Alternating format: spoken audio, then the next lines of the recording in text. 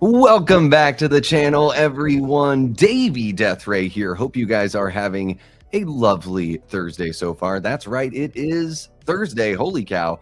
August 13th, 2026. Duncan, do you want to come say hi to everyone? Yeah, guys, for those of you that know the regular look, you know that I'm not in my regular spot. You might see an appearance of Duncan if he goes into the corner. I don't know. But yes, I'm pet sitting for my sister. Dunky, come here.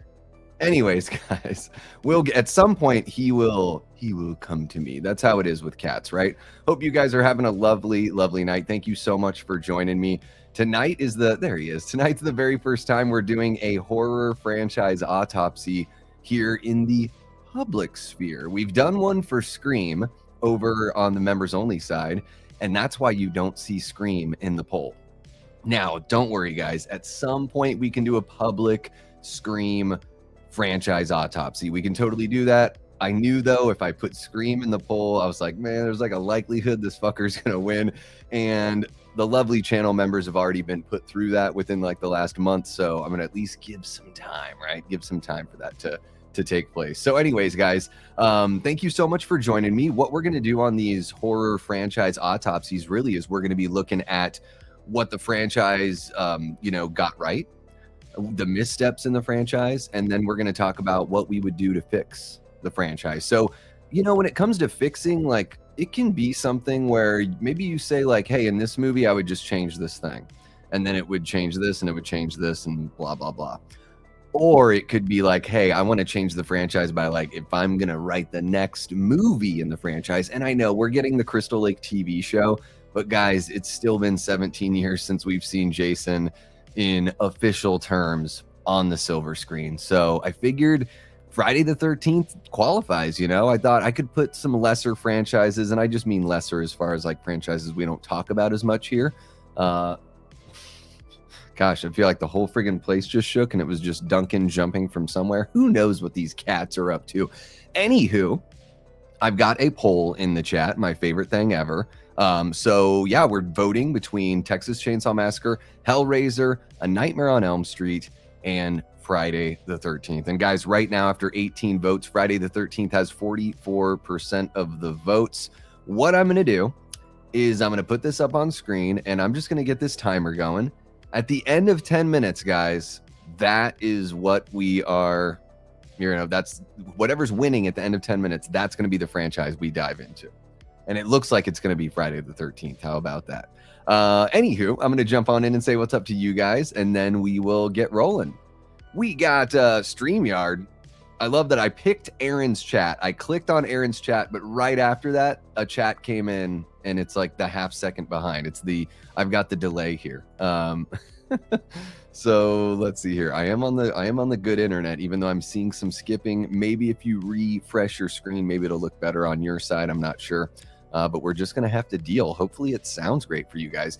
Aaron, thank you so much for jumping on in. One of our great channel members here, Mr. Super Tenor. We also have Antonis Andriotis, another one of our great channel members. We've got Lamontre Giller jumping in to say, what's up? How are you doing, Lamontre? So great to see you. Paula Fitzhenry, another one of our great channel members, dropping a $5 super chat because Paula wants a second hour of this stream. I think we can kind of get the whole, thing discussed within an hour. But if we want to spread it out and we want to talk a little bit more and dive in and get a little nerdier, or maybe there's like another angle that somebody out in the chat has that we could discuss, another angle for the franchise autopsy that we could bring into the discussion to lengthen the chat, then we can definitely do that. And if you guys are interested in that second hour, 5 super chats of $5 or more, and we'll get it going. So no big deal if we don't get it. It's we're still going to do the stream, so it's just for added time there. Thank you so very much, Paula. I appreciate you. We got Gory Tiger hanging out. What's happening? Gory, always a pleasure to see you, good sir.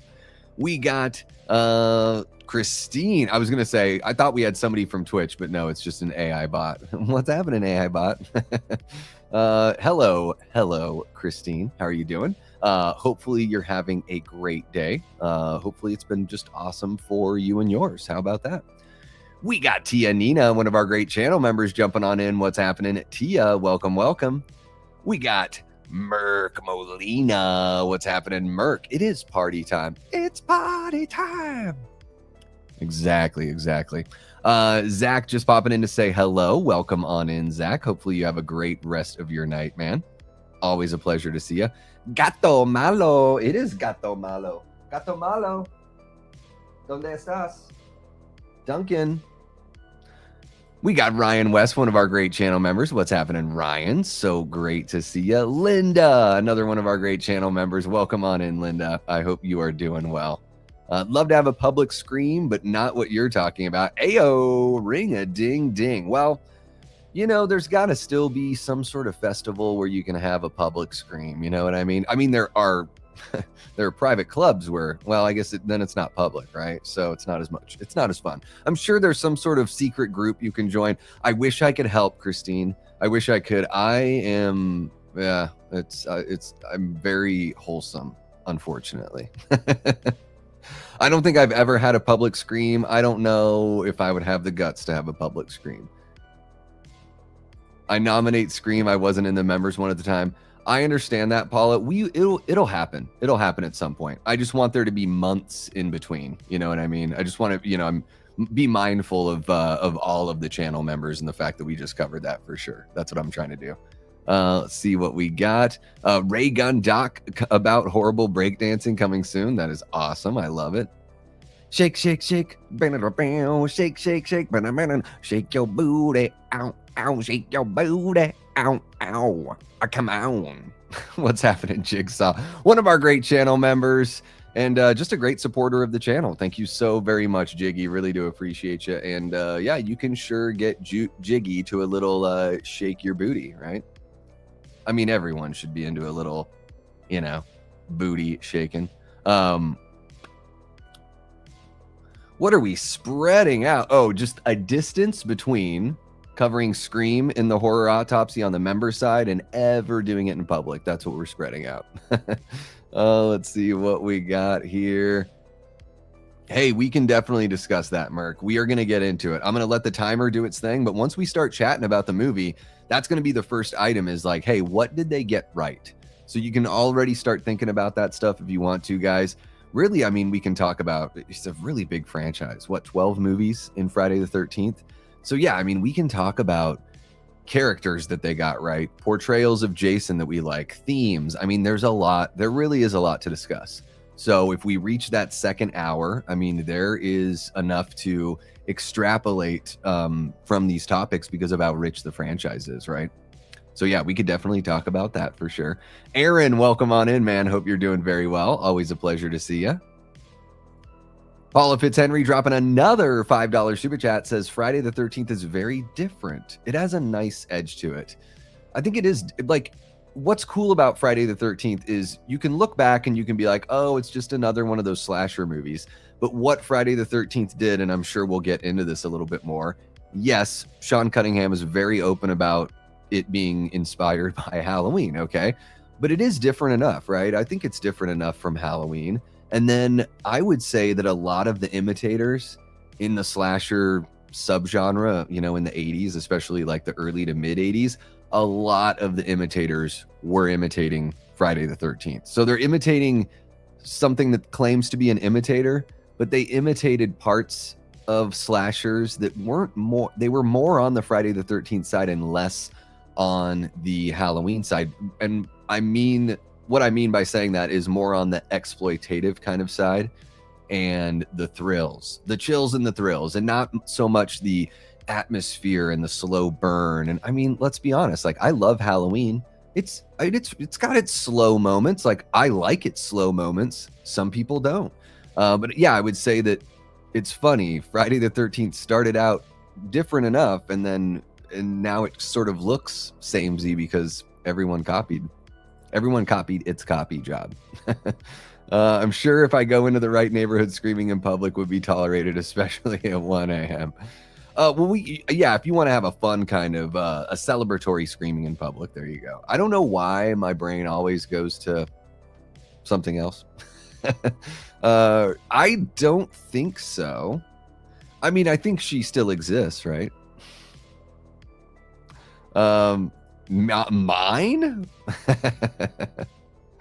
Oh, they're always spread because there's a big old piece of meat. I'm just joking. Shameful. It's just shameful. It really is. It really, really is. Let's see who else we got here. We got Ben Grimm saying NFL is back, baby.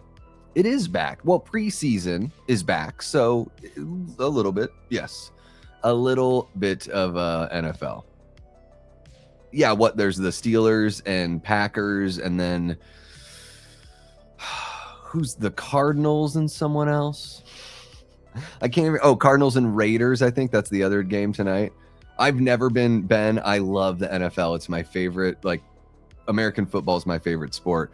I've never, like, preseason. Like, the older I get, the less I pay attention. I still love all the sports media chatter and everything like that. I was thinking, I'm like, man, should I start a separate channel where I like read books and it's sort of like ASMR that isn't like it's just me reading, but it would have a similar effect.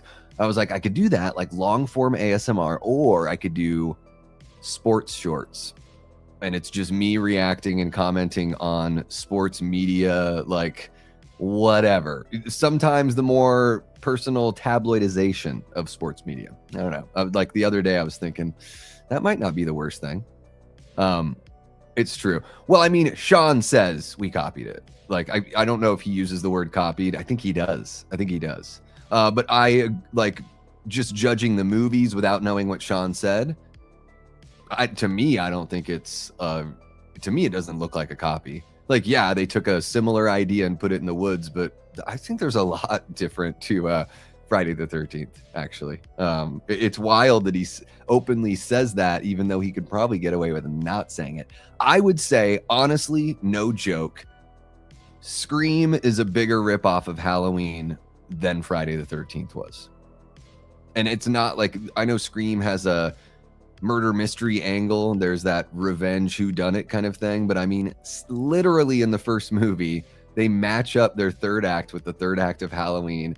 The music from Halloween is used, and it's loud enough, like in the space that we're watching the movie, where it basically becomes the score. You know, it's like, so, you know, just talking about the very first Scream movie, I'm like, that to me is more like Halloween than Friday the 13th, for sure. I mean, especially the first Friday the 13th, right? Like a mother getting revenge for her son's tragic death. Doesn't sound like Michael Myers to me, the guy with no motive. Yeah. Oh, for fun. I would say they are. If you like the more fun side of Evil Dead, I would say they are. They lean into the more fun. They're not like overly comedic, but they don't reach like the seriousness of like the tougher Evil Dead movies. But yeah, I mean, I would say, I don't know which one I prefer, Ryan. I would have to revisit the original Night of the Demons again.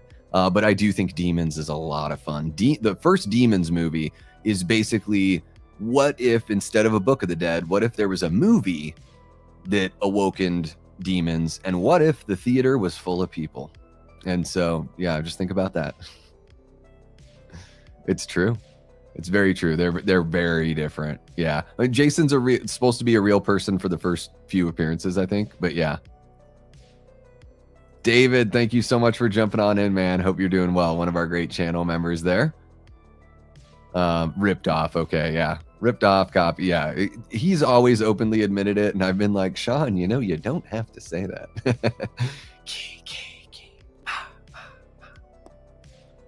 It is, but it's like, I just feel like a lot of that essence, especially at the end, that last act of the movie really feels more like Halloween. What's happening, Joe? One of our great channel members in Death Squad mods. Joe, I am so worried because I saw that Sin from Sin's Corner, a channel that I follow and a creator whose taste I trust pretty well. Man, she did not have nice things to say about whatever this movie's called. What is it called? The End of Oak Street? The House on Oak Street? The House at the End of the Street? We need to stop having movies that have sentences as titles. And I'm sick of seeing the word house The house that blah blah blah. Get it the fuck out of your movie title is dreadful. And this might just be the end of Oak Street or Oak Street. Oak Street. Sorry, I can't keep track. I just can't keep track. I'm sick of it. Should have just called it Dinos in Denver, and it would have been fine. Dinos in Denver, starring Ewan McGregor and Anne Hathaway. What's happening, Prince? This is not a polo shirt. Come on, this is a button up, yo. This is a button up. Dude, it's rough, man. It's at the point where I was like, I don't want to bail on Joe, but I don't know if I want to spend 2.5 hours driving back and forth and watching this movie. Oh, it's like, do I interact with society? Do I go and actually put myself around other people? Or do I just sit here by myself and work on something? No, I got to make myself get out there and do something. Let's see what else we got going on here. Hey, the timer is done, guys. The timer is done. All right. I think we are. Yeah. Is that what it's called? The end of Oak Street? I don't know. What the hell is it called?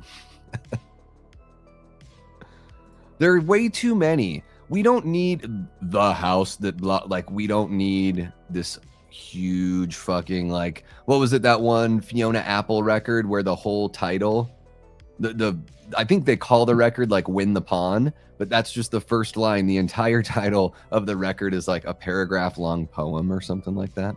Okay, guys, I'm going to close out the poll.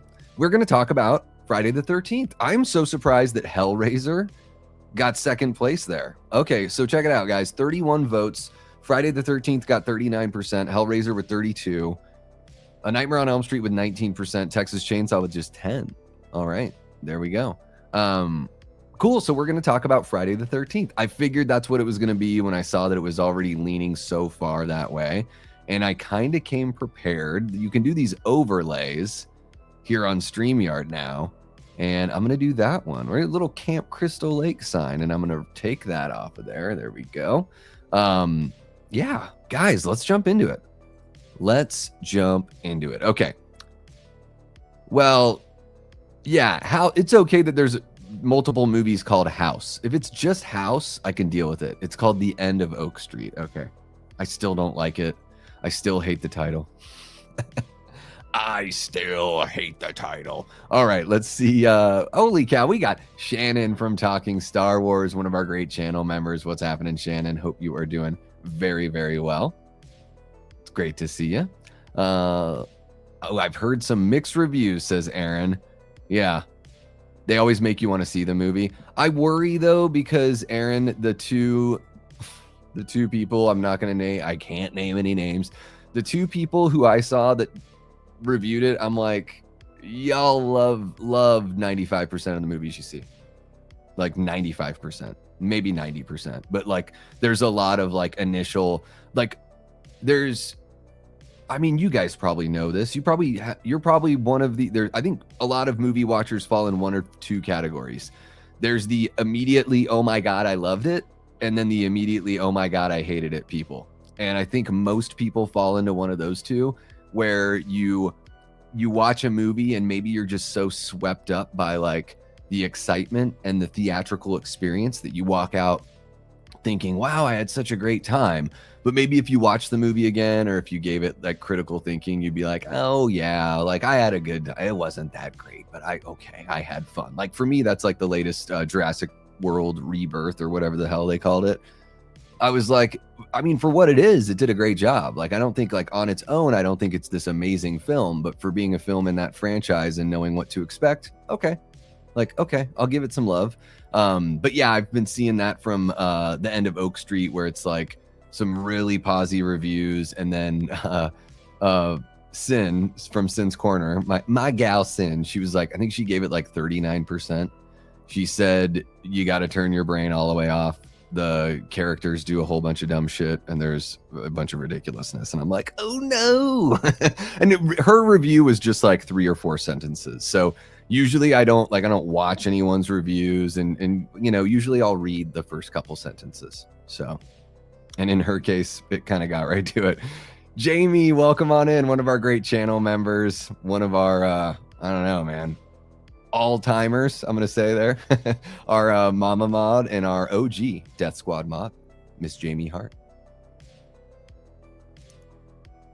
Oh yeah, they did. I do remember that Smashing Pumpkins box set. It was literally a little keepsake box with almost like it was like a black and white thing. Was it sort of like a Vortex kind of looking design? I think it was I remember that. I worked at a record store in the late 90s, early 2000s, Christine. So a lot of those like box sets and stuff that came out at that time, like, oh man, intimate knowledge of of those. Yeah, and the Fiona, maybe I need to dive in and listen to a little bit more of Fiona Apple. I think like when she was contemporary and I was like in high school, post high school, that really just wasn't my vibe at all. Like that kind of, style. And obviously, like, you guys know how I feel about, or how I usually feel about a lot of mainstream stuff. I am kind of resistant automatically to something that's mainstream just because it's mainstream. I want to know, like, well, why is this getting to me? Like, follow the money. Like, who paid for this to happen? I automatically assume like, well, this person didn't deserve that. But I did see Fiona perform. There was like a Elvis Costello. I don't know. It wasn't like a tribute because he's still kicking around, obviously, but it was some sort of celebration of Elvis Costello's career. And there were a bunch of people performing songs with him. And he and Fiona Apple, or, she came on and like sang Shabby Doll, one of his songs I don't think it's a well-known song unless you're like a hardcore fan, it wasn't like one of the singles that people know. But man, that rendition of Shabby Doll, I mean, it's a great song for her to sing. It's got the melodies, like it's got the darker minor key melodies, and the look on her face, it is such a performance. She is like, she's just got this look like you gotta check it out. She looks like she's up to no good and ready to fuck shit up, and it totally fits the song and totally fits her presence. And here as a grown-up that's over all this weird shit he held on to when he was in high school, and shortly thereafter I'm like, man, maybe I need to dive in and see what I can appreciate out of her career. We got Jeff dropping a $5 super chat. Thank you so very much, Jeff. Really appreciate it. One of our great channel members. Just saying, what's up, everyone? Lightning Bolt, Jack-o'-lantern, Zombie 100, Green Heart, something that I can't tell what it is, Flame, Popcorn, Devil, Crossbones, Alien, Clown, Alien. What is that? Oh, I can't tell what the heck that is. Okay, guys, let's go ahead and jump in on some Crystal Lake. Okay, so here, we're going to start with the good. We're going to start with what did Friday the 13th get right. We're not just talking about the first movie here. It's the whole franchise Autopsy, right? So, I mean, really, guys, there's so much to say that they got right. And what I want the Autopsy to be is us digging through it together, digging through them bones. So, Duncan, oh my gosh, we have a Duncan sighting. So I definitely have my positives. I want to know from you guys, what did Friday the 13th get right? You let me know. We got Jiggy dropping another $5 super chat for a keep on rolling, ooh, roll with the changes, donkey butts. He left again. He walked by me and rubbed his tail on me and then left. And oh my gosh, guys, we have reached our super chat goal. You all are incredible. Was that the last one? The one from Jiggy? Jiggy, you are amazing. You all are amazing. Thank you guys so very much. I try to say it every time. It's not lost on me how supportive each and every one of you guys are in your own way. And the channel doesn't work without you. So thank you so much. Love that confetti. It's cool. And you know what's even cooler, Paula, is it will save the confetti for me. So when I go over to my YouTube tab just to check on the YouTube side of things, even if we met the goal 10 minutes ago, boom, big old confetti explosion. Okay, I'm going to catch up with what you guys got going on here. Y'all are amazing for reaching that goal. Thank you so very much. I just want to make sure I'm not missing anyone as well. Did he really do it all for the Nookie? Is it an original IP? End of Oak Street? I think it is. I don't know. It might be based on a book. So, I mean, that would still count, right? I don't know. I know it's, what's his name? David Mitchell? Robert David Mitchell. The guy that did It Follows. And I think he's done a couple other movies too. And it's too bad. Like the movie, I mean, the preview's got a really cool look. To me, it has the end of Oak Street has a Amblin, like old Spielberg kind of look. So I like that look. You are my ride or die. Yeah. I hope you consider me very similar. I know, you know, at the very least, I know you could come to me. It was black and white swirl. Yep. Vintage 45 case. Exactly. Yeah. It's that had a really cool look to it. That was a really sweet box set. Yeah. It does have a really nice groove. Yeah. Like when I think back to her other songs, I'm like, and there is something different about her, you know, like I like that she was able to find something that grabbed the mainstream, but it's pretty different and pretty dark. Yeah. That is so fucking crazy. I think Christmas Evil's pretty dope. Ben, you know how I feel about Christmas themed horror movies. I know that you know. Can't wait for mention of Santa Jaws. I know it's going to come up. But yeah, that's wild. I did not know. I had no idea. Okay, guys, I'm going to jump in. I know I see some other side chat and everything. I'm totally cool with that. I am just going to jump in because here we are almost 30 minutes in and we need to talk some Friday the 13th. How about that? Perfect nipple placement. They do. The Friday the 13th franchise, other than, well, you know, other than the opening of the 09 remake, perfect nipple placement. Antonis says Friday the 13th got the kills right. Yeah, man, that is a good point, Antonis. I think that's a good place to start, right? Because there was a lot of influence from like the European horror movies, the Italian, some of the giallo stuff, but then even some of the European stuff that wasn't giallo, like I mean, I guess Bay of Blood is kind of giallo. I don't know if the killer technically has black gloves the whole time in that movie, because spoiler alert for a movie that's from the early 70s, I think there are, I mean, who isn't a killer in a Bay of Blood? Like, I think almost everyone in that movie kills somebody else. I think it's a wild fucking movie. But you see a lot of that especially you see a lot of a Bay of Blood influence to me in Friday the 13th, especially the first two movies. I think the first two Friday the 13th movies look more like a Bay of Blood and feel more like a Bay of Blood than they do Halloween. So there's another, Halloween's getting more play tonight. But yeah, the kills are amazing. I mean, Tom Savini right out of the gate, just sort of setting the bar pretty damn high, right? With the first film, really creative magic tricks that they do there. I mean, gosh, I guess if you guys want to, just tell me some of your favorite kills and we can just talk. I mean, we've talked about favorite kills before, but they fall within the purview of what Friday the 13th got right. I still think Andy is one of my favorite kills from part 3. That's gotta be like my favorite that's not an obvious, you know, like everyone loves the liquid nitrogen head smash. Everyone loves the sleeping bag slam. Like we've all got, like, you know, we all know the ones that most people talk about. Julius getting his head punched off, like that's another one. But Andy, to me, and especially for Friday the 13th part 3, which I don't hold in as high regard as some folks I know, like I think the 3D, it's almost like I want to see a version of Friday the 13th part 3 that was just shot like a regular movie, because I think all the effects would have looked a lot better and the movie would age better as a result. So some of it is just like, it's just the way that they made the movie, right? But that Andy kill is fucking crazy. And not only the kill, because the kill itself is like, what the hell did I just see? But the aftermath. What's her face, like seeing the blood drop on the Fangoria and looking up and seeing him like hoisted, you know, or bent into whatever kind of shape he's bent into. That one always stands out to me. Yeah, Ario's great. I love Ario. See, my favorite Bird on a Wire song is Bird on a Wire by Leonard Cohen. Meow. I love the build up to the reveal. It makes you think, who the killer is out of everyone. Yeah, and so what do you think, Shannon? Do you think they could have done that a little bit better?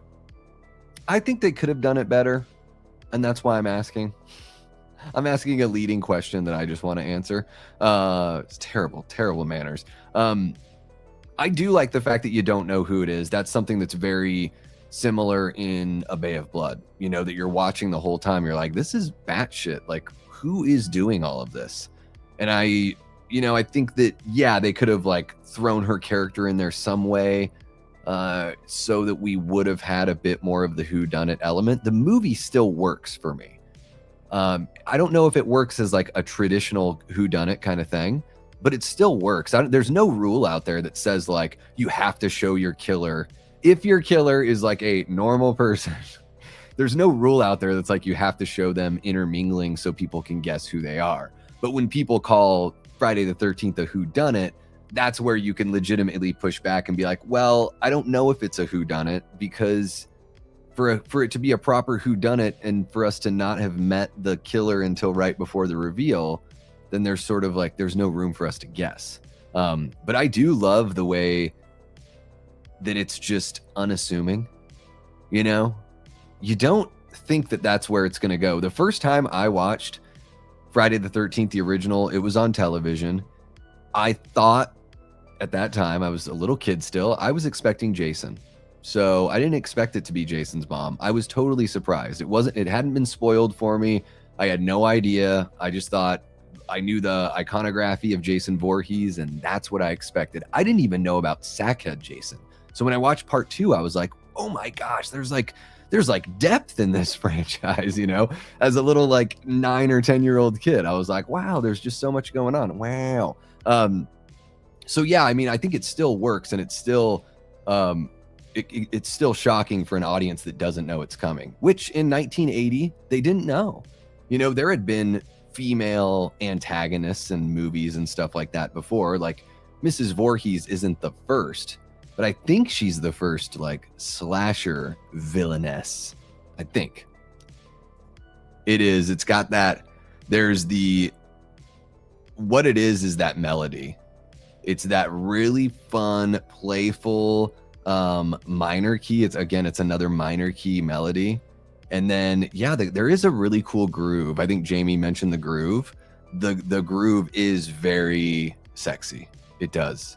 Certain songs, they have that time signature that is like the time signature that's meant for dancing without your clothes on around a pole, if you know what I mean.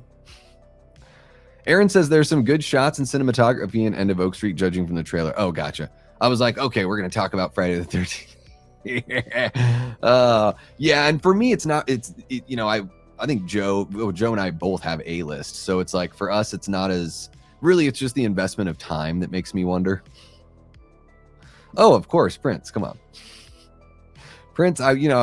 I was coming of age in the 90s, and that's when Bjork was coming of age as an artist. So yeah, for sure. I think the first time I saw Bjork, though, was probably on Beavis and Butthead in the early 90s. And then she got more mainstream popularity, at least here in the Western world after that. Friday the 13th has amazing special effects, in most of them anyways. Yes. Yeah, what's really cool, too, is like they didn't have to go as like big time spectacle as something like A Nightmare on Elm Street did. Because I always think of A Nightmare on Elm Street as like you go kind of for the effects and for the dream set pieces and stuff. And the effects and Freddy, which, I mean, he's an effect as well, an effect and a great fucking performance to go along with it. That's sort of what you go there for. And similarly in Friday the 13th, people did start going for Jason, right? They're like, we want to see Jason. We want to root on Jason. But it's much, it is different than A Nightmare on Elm Street because the spectacle isn't as huge. But the effects are still really solid. I mean, I think the effects in the first 2 films look great. You already know how I feel about part 3. Not every effect in part 3 is poor or anything like that, but the effects that are like, you know, the kills and the moments that really rely on the 3D. Unfortunately, Rick getting his eye pushed out, it's like so clean. There's no like, it's like a dry eye-popping. I struggle to imagine that an eye would like pop out straight like that, and it would be completely dry. There would be like no sinew or blood or anything like that. So that's one of those moments where every time I'm like, man, that could be cool. But yeah, final chapter, great effects. We don't even see any of the kills in 5, so we can't talk about those. Man, the effects in the New Blood, holy cow. And we always bitch about the fact that those kills were neutered, you know. Sorry, I got Donkey. Meow, meow, meow, meow, meow, meow, meow, meow, meow, meow, meow, meow. Meow, meow, meow, meow, meow, meow, meow, meow, meow. What do you think, Donkey? Huh? Do you want to purr? Sorry, guys. Detouring and derailing here. Oh, he's not even purring because he's like, why are you holding me? And I'm just going to give him a little squeeze. Okay. What was I talking about? The New Blood. Yes, John Carl Buechler directed The New Blood. We all know that got, gutted by the MPAA, and they kind of, they fucked with all the effects. But what's there looks good. Jason looks amazing. And man, if you are able to catch the unedited cut, all the unedited footage or whatever is that VHS stuff, but they've done a pretty good job of cleaning it up. It's a cut that's worth watching if you're a fan of The New Blood. Yeah, for sure. And I mean, the effects go, head smash, the liquid nitrogen head smash, of course. I mean, fuck, Jason Goes to Hell has some really cool effects too. What is it? The mouth, like the mouth that gets pushed in, the broken arm, the bone sticking out. Like there's some gnarly shit there. Yeah. First and the final chapter, all Savini handiwork. Yeah, I mean, the final chapter, he outdid himself with that one. I still think his best movie ever is Day of the Dead, which came out the next year. But man, as far as like slasher effects go, I still cringe every time whenever Crispin Glover, Jason like pushes Crispin Glover's body like off of those giant like railroad nails, and the skin just rips out from the hands. It is so gnarly. Yeah, I like the occasional cutaway and the aftermath only. I think it's totally like, I think every slasher movie should have one of each of those at least. It keeps it, yeah, like you're saying, it keeps it fresh, it keeps it dynamic, which is a big thing for me. Let's see what else we got here. You do, but you don't see any blood. It's like, what is that? What is that? I don't think eyeballs just pop out and nothing else happens when your head's getting crushed. I mean, which version? You like the New Blood version, the OG? He does it again in Jason X. Then he's got a different, he doesn't do the sleeping bag slam in the remake, but man, he like cooks that girl in the sleeping bag. That's gross. The guy in the morgue that's watching the workout video in 4 is a great kill. That's a really interesting magic trick, because all they did was they just edit together 2 shots that make it look like his neck is twisting around a whole bunch while moving that little hand saw, that little, I guess it's like kind of like a hand bone saw type thing that they would have there. Yeah, that's a great one. I mean, that whole scene with that guy, what is that actor's name? He was the klutz guy from the Police Academy movies. He's the rabbi in Seinfeld that can't help but tell everyone's secrets. I'm trying to think if he was in anything else that I know him from. But yeah, he's awesome. When the nurse says, "Axel, you're the Super Bowl of self-abuse." That is like, what the fuck is that line? But I love it. It does make sense. No one would ever say that, but it makes sense. The Super Bowl of self-abuse, being around that guy. That is like wild to me. I'm like, oh, that's such a good line. That is so good. Christine says, I like the atmosphere, although I do think Sleepaway Camp does it better.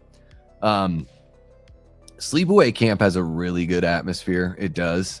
I mean, I've not seen the sequels though, so maybe the sequels add to a bit of that, because I think that's one of the benefits that Friday the 13th has as a franchise, that there are, while the atmosphere isn't always there or isn't always the same, I do think the atmosphere in the first 6 movies is really solid. And the New Blood has its moments atmospherically, But what, they shot that in like Arkansas or something like that. The trees are so like twiggy. They don't look, it doesn't look like a real forest. It doesn't look like anything like what we're used to seeing. You know, even they shot like 6 in Georgia and stuff like that. Like, I mean, they shot all over. They did New Jersey, California, Georgia. And then when they went to Arkansas, it's like, okay, you couldn't find a regular forest? What the hell happened? But yeah, I mean, Sleepaway Camp has great atmosphere. The Kevin Bacon kill was great just because it was a fail that was fixed real quick with thinking on the spot. Yeah, that's one of those great moments where a malfunction actually like made it better, right? Because the device wasn't going to push the blood through, so Tom just blew on the little hose or the straw or whatever it was that gave it that effect, and it looks great. It looks amazing. And you know, for those of us that have been around for a while, man, until they like upscaled and cleaned those things up for the Blu-ray box set, the effects in the first film were so odd because however they did those transfers, the difference between the skin tone and the appliance was so stark. But I noticed now with the Blu-ray set that came out a handful of years ago that they have remedied that it's the effects just look a lot better. And really, I think it's just a coloring thing that they did. Sometimes that happens on movies. It's weird, like, you know, because to bring up Tom Savini again, he talks about, there's a documentary on Dawn of the Dead, and he's like, the zombies are blue. He's like, the makeup's blue. The camera makes them look green. But he's like, the actual makeup that we put on all the actors was like a blue gray, but the way that the camera caught it, it looked more like a kind of sea green, kind of like a light sea green with that gray tinge. So it is kind of odd how that stuff can change once you're putting everything through post-production. It's still a mystery of who the hell the killer is, even in part 2 for a bit. It is, yeah. You figure it must be Jason, right? But they don't explicitly come out and say it because Jason's a little boy, supposed to be a dead little boy. And then when he jumps out of the boat in the first movie, is it a dream or was he actually there? And you know, I'm so curious to see what the Crystal Lake TV show does to sort of explain what happens there, because I think they're going to take a crack at it. But yeah, you really don't, you know, if you're going into this like blank without knowing everything about the franchise, you probably assume it's Jason just because that's the only other character you know. But yeah, I mean, watching part 2 for the first time, you could be like, is this the dad? You know, dad/husband. The Kevin Bacon kill is the best kill from the first one. Is it the best kill from the first one? Are you saying best kill in the whole franchise, Ben? I think it might be the best kill in the first one. Although seeing Bing Crosby's son like arrowed to the door, I know we don't see the kill, but fuck, dude, that effect is crazy. And I'm sure you guys know all about how Duder was blind for like, I think a few days after that because of the blood getting into his eyes. Freddy versus Jason, the cornfield rave. They do get that right, don't they? They do get that right. I mean, Freddy versus Jason, let's talk about it, guys, because it's probably going to come up in every category, or at least in the first 2. And the cornfield rave, man, Jason gets in a lot of kills. It's very exciting. There are some shots, I think, though, where Jason doesn't even hit the person and the person still dies. Whatever. I don't care. That shot of him like on fire walking through the cornfield. Awesome. The whole like looking for a pig to fuck, like just the guys, you know, the loser guys doing the hillbilly imitation. I think they call him Jethro. Which is it's just hilarious. Yeah, that whole scene is great. And it's like, let's not forget what's really cool too is that he takes a kill away from Freddy and pisses Freddy off. So it actually has, the cornfield maze has like quite a bit that affects the actual, you know, the story. So it's very cool. I mean, yeah, you can say that all the kills technically affect the story in a slasher movie, but I just mean that like that's a big moment as far as like the whole Freddy versus Jason of it all. I don't think so either. I think people will call it that. Yeah. Yep. I still think we use the phrase, Aaron, and I could be guilty of doing that. I talk a lot here. Can't remember everything I said or that I have said, but yeah, I absolutely could have at some point called it that. I mean, I do hear people reference it or, refer to it that way. So, but yeah, you're right. It's got to, My Bloody Valentine, The Prowler, Scream. Like those are Thanksgiving, these are all legitimate red herrings. I mean, even like, I Know What You Did Last Summer. Even though we don't see Ben Willis until he's like, quote unquote, helping Julie, they still give us plenty of red herrings. So they kind of give us a little bit of the Friday the 13th thing because we don't really see the guy. I don't think we see the guy. I mean, maybe he's like, the camera never draws attention to his presence or anything like that. But yeah, I mean, even I Know What You Did Last Summer, I think you could count it as one, right? I mean, it's definitely got the whodunit vibe because the notes that are being sent around, that's another element too, right? The way they shot that final scene, you see both of Jason's sides of Jason's face. It was awesome. The final scene of the first movie or the second movie, because they do it in both. In the second film, in part 2, that is one of the best slow motion shots in all of horror. And the reason why it's one of the best and maybe the best slow motion shot in all of horror is because you really get to see how beautiful the makeup is and how monstrous Jason really does look, because when he jumps through, you see both sides of him kind of, melded together. But then as he grabs Ginny and moves and he slowly turns, you only see the warped side. The scraggly hair and just all the deformation and everything as he pulls her out. And there is something like, it's so crazy. If you sat there and, if you grabbed a couple freeze frames from that slow motion shot, it would almost look like it was a different makeup setup for each freeze frame. But it's just beautifully done, asymmetrical makeup that, similarly to the Michael Myers mask, looks a little different in every angle that you see it. It's a shame that we didn't get to see that kind of approach to the makeup ever again.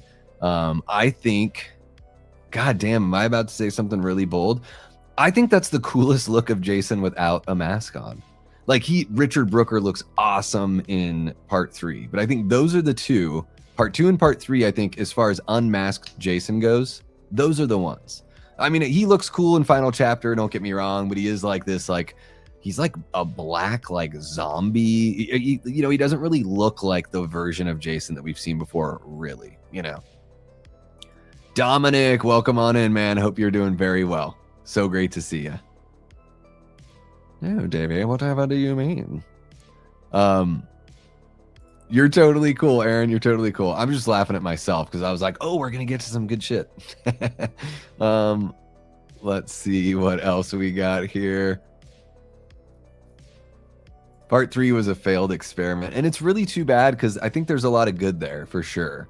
It's just like, my buddy Matt Facci, it's his favorite film in the franchise. And so every time I watch it, and I know plenty of other people, like they love Chrissy as a final girl, like they love that movie. And I'm not saying that I don't love the movie, but every time I watch it, I'm like, all right, I'm going to go in and I'm going to think about my buddies that love this movie. And it's going to click with me. Like Chrissy's going to click, like these things are going to click. And while I still enjoy it and I love watching it, like parts 2, 3, and 4, oh my gosh, like that's an amazing trilogy. 4, 5, and 6, pretty solid trilogy too.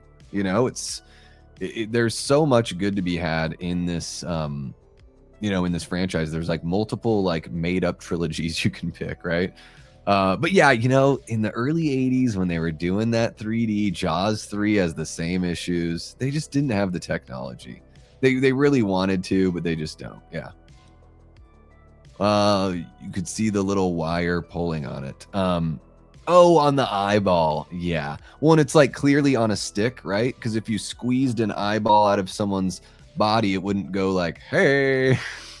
It would be like, with like all sorts of gross stuff, like that's what would happen, right? It's just a little, I mean, I've never handled like, eyeballs like ours, but I'd imagine they're very delicate little jelly balls.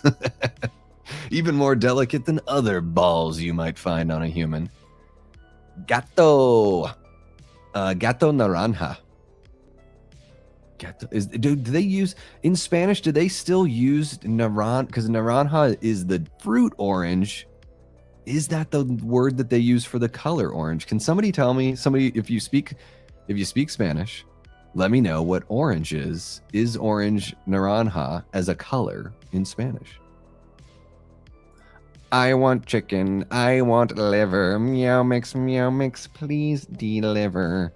I don't know what the kitty's favorite scary movie is. They're too scared to watch scary movies, right? The scariest movie for a cat is probably anything that has to do with being in the water, right? Jaws. Jaws is so scary. And the cats just watch Jaws. They're like, see, it is exactly why I feel the way I feel about bath time. I'm looking at you. And then they go, bah, bah, bah, bah, bah. I love that. One of my favorite things to watch on YouTube are cats like smacking their owners, but like no claw. You could just hear the smack. It's amazing.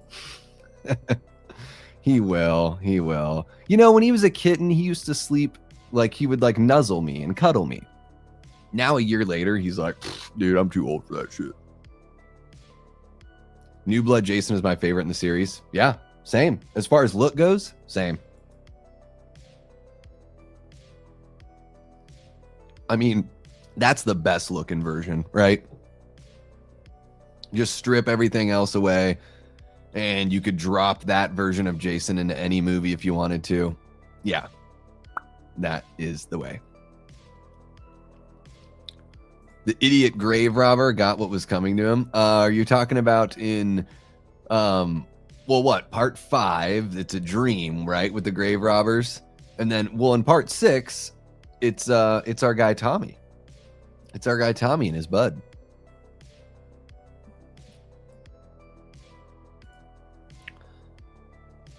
Bruce Mahler is the actor's name. That's the actor that played. Sorry, my free association is terrible. Hey, Duncan. Oh, the guy that played the Jesus jumping Joseph Christmas. Jesus Christmas jumping Christmas. It does. Oh my! I mean, they really. I think here's what Sleepaway Camp does best, and maybe this is what you were kind of getting to in both of your comments, Christine. They actually have kids there, so it feels like you're actually at camp. You know, they justify it in the first Friday the 13th movie by saying, well, you know, we're here to fix up the camp before the kids get here. It saves you a whole lot on the budget. It allows you to film whenever the hell you want to film. Oh, I got my mirror. I got it all wrong. Duncan, stay away from my water, bro. Fucking cats in the water. He's turning into a menace, guys. You can't see everything he's doing, but he's gonna be fucking with my shit here pretty soon. Yeah, I need to check out the sequels. Plot twist, Duncan is really person sitting. You okay? Stop bumping the microphone now, buddy. Okay, buddy, come here. Sorry, guys. This is an okay distraction, though. This is way better than dealing with a troll or a secret watcher in the chat, right? Oh my gosh, bud. Don't mind the cat butt ASMR. Chimney Christmas, dude. You gonna show everyone your balls, too? Probably. Okay, we've had our fun. We've had our fun, and I love you, Bubba. Okay? Oh, my goodness. He is person sitting, isn't he?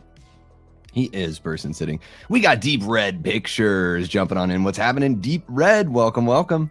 Adrian, welcome, man. I think the end of Friday the 13th with Jason jumping out of the water is probably what led to people to think maybe it's Jason in part 2. Yeah. I mean, even in it's been a while since I've watched those trailers. It could even be in one of the trailers that's like, you met his mother and now meet Jason or what, you know. I mean, I think it would have been smart of them to market it that way if they didn't do it. But yeah, it is pure entertainment. Yeah. I mean, I don't ever have a bad time watching it. I might not reach for Freddy versus Jason a lot, but I always have a good time. And I do... is this a hot take to say? I do prefer it to Bride of Chucky between the two Ronnie Yu horror movies of that era. Joe says, honestly, Jason is my lowest on the list, and Freddy is to me. Only because I need some more Nightmare on Elm Street, but Freddy vs. Jason, super gooning. Have you seen all of the Friday the 13th movies, Joe? Are you all caught up? I'm just genuinely curious. I don't know if you are. Wild how the big three have the one actor that goes on to be a big mainstream star. It does happen. Well, in Nightmare on Elm Street, even more, right? Because they got Patricia Arquette and Johnny Depp. Right? Or those are the two. You've got Breckin Myers and Freddy's Dead. He kind of popped off, right? You know, I don't know if you'd consider him a big star because I don't think he's doing very much anymore, but he had a really good, career there for quite a bit. Yeah, it is pretty wild. It is pretty damn wild. And then, I mean, even with Scream, like Courtney Cox had Scream and Friends like popped off together, and then that, those, more so Friends that really launched her into that, but she was still, a part of that horror franchise right around that same time. It's got a death curse. Guys, okay, let's talk about Crazy Ralph. I think Crazy Ralph is something they got right. I love Crazy Ralph. I think it's a shame that Crazy Ralph got pretty much like an off-screen kind of cutaway kill, we can call it.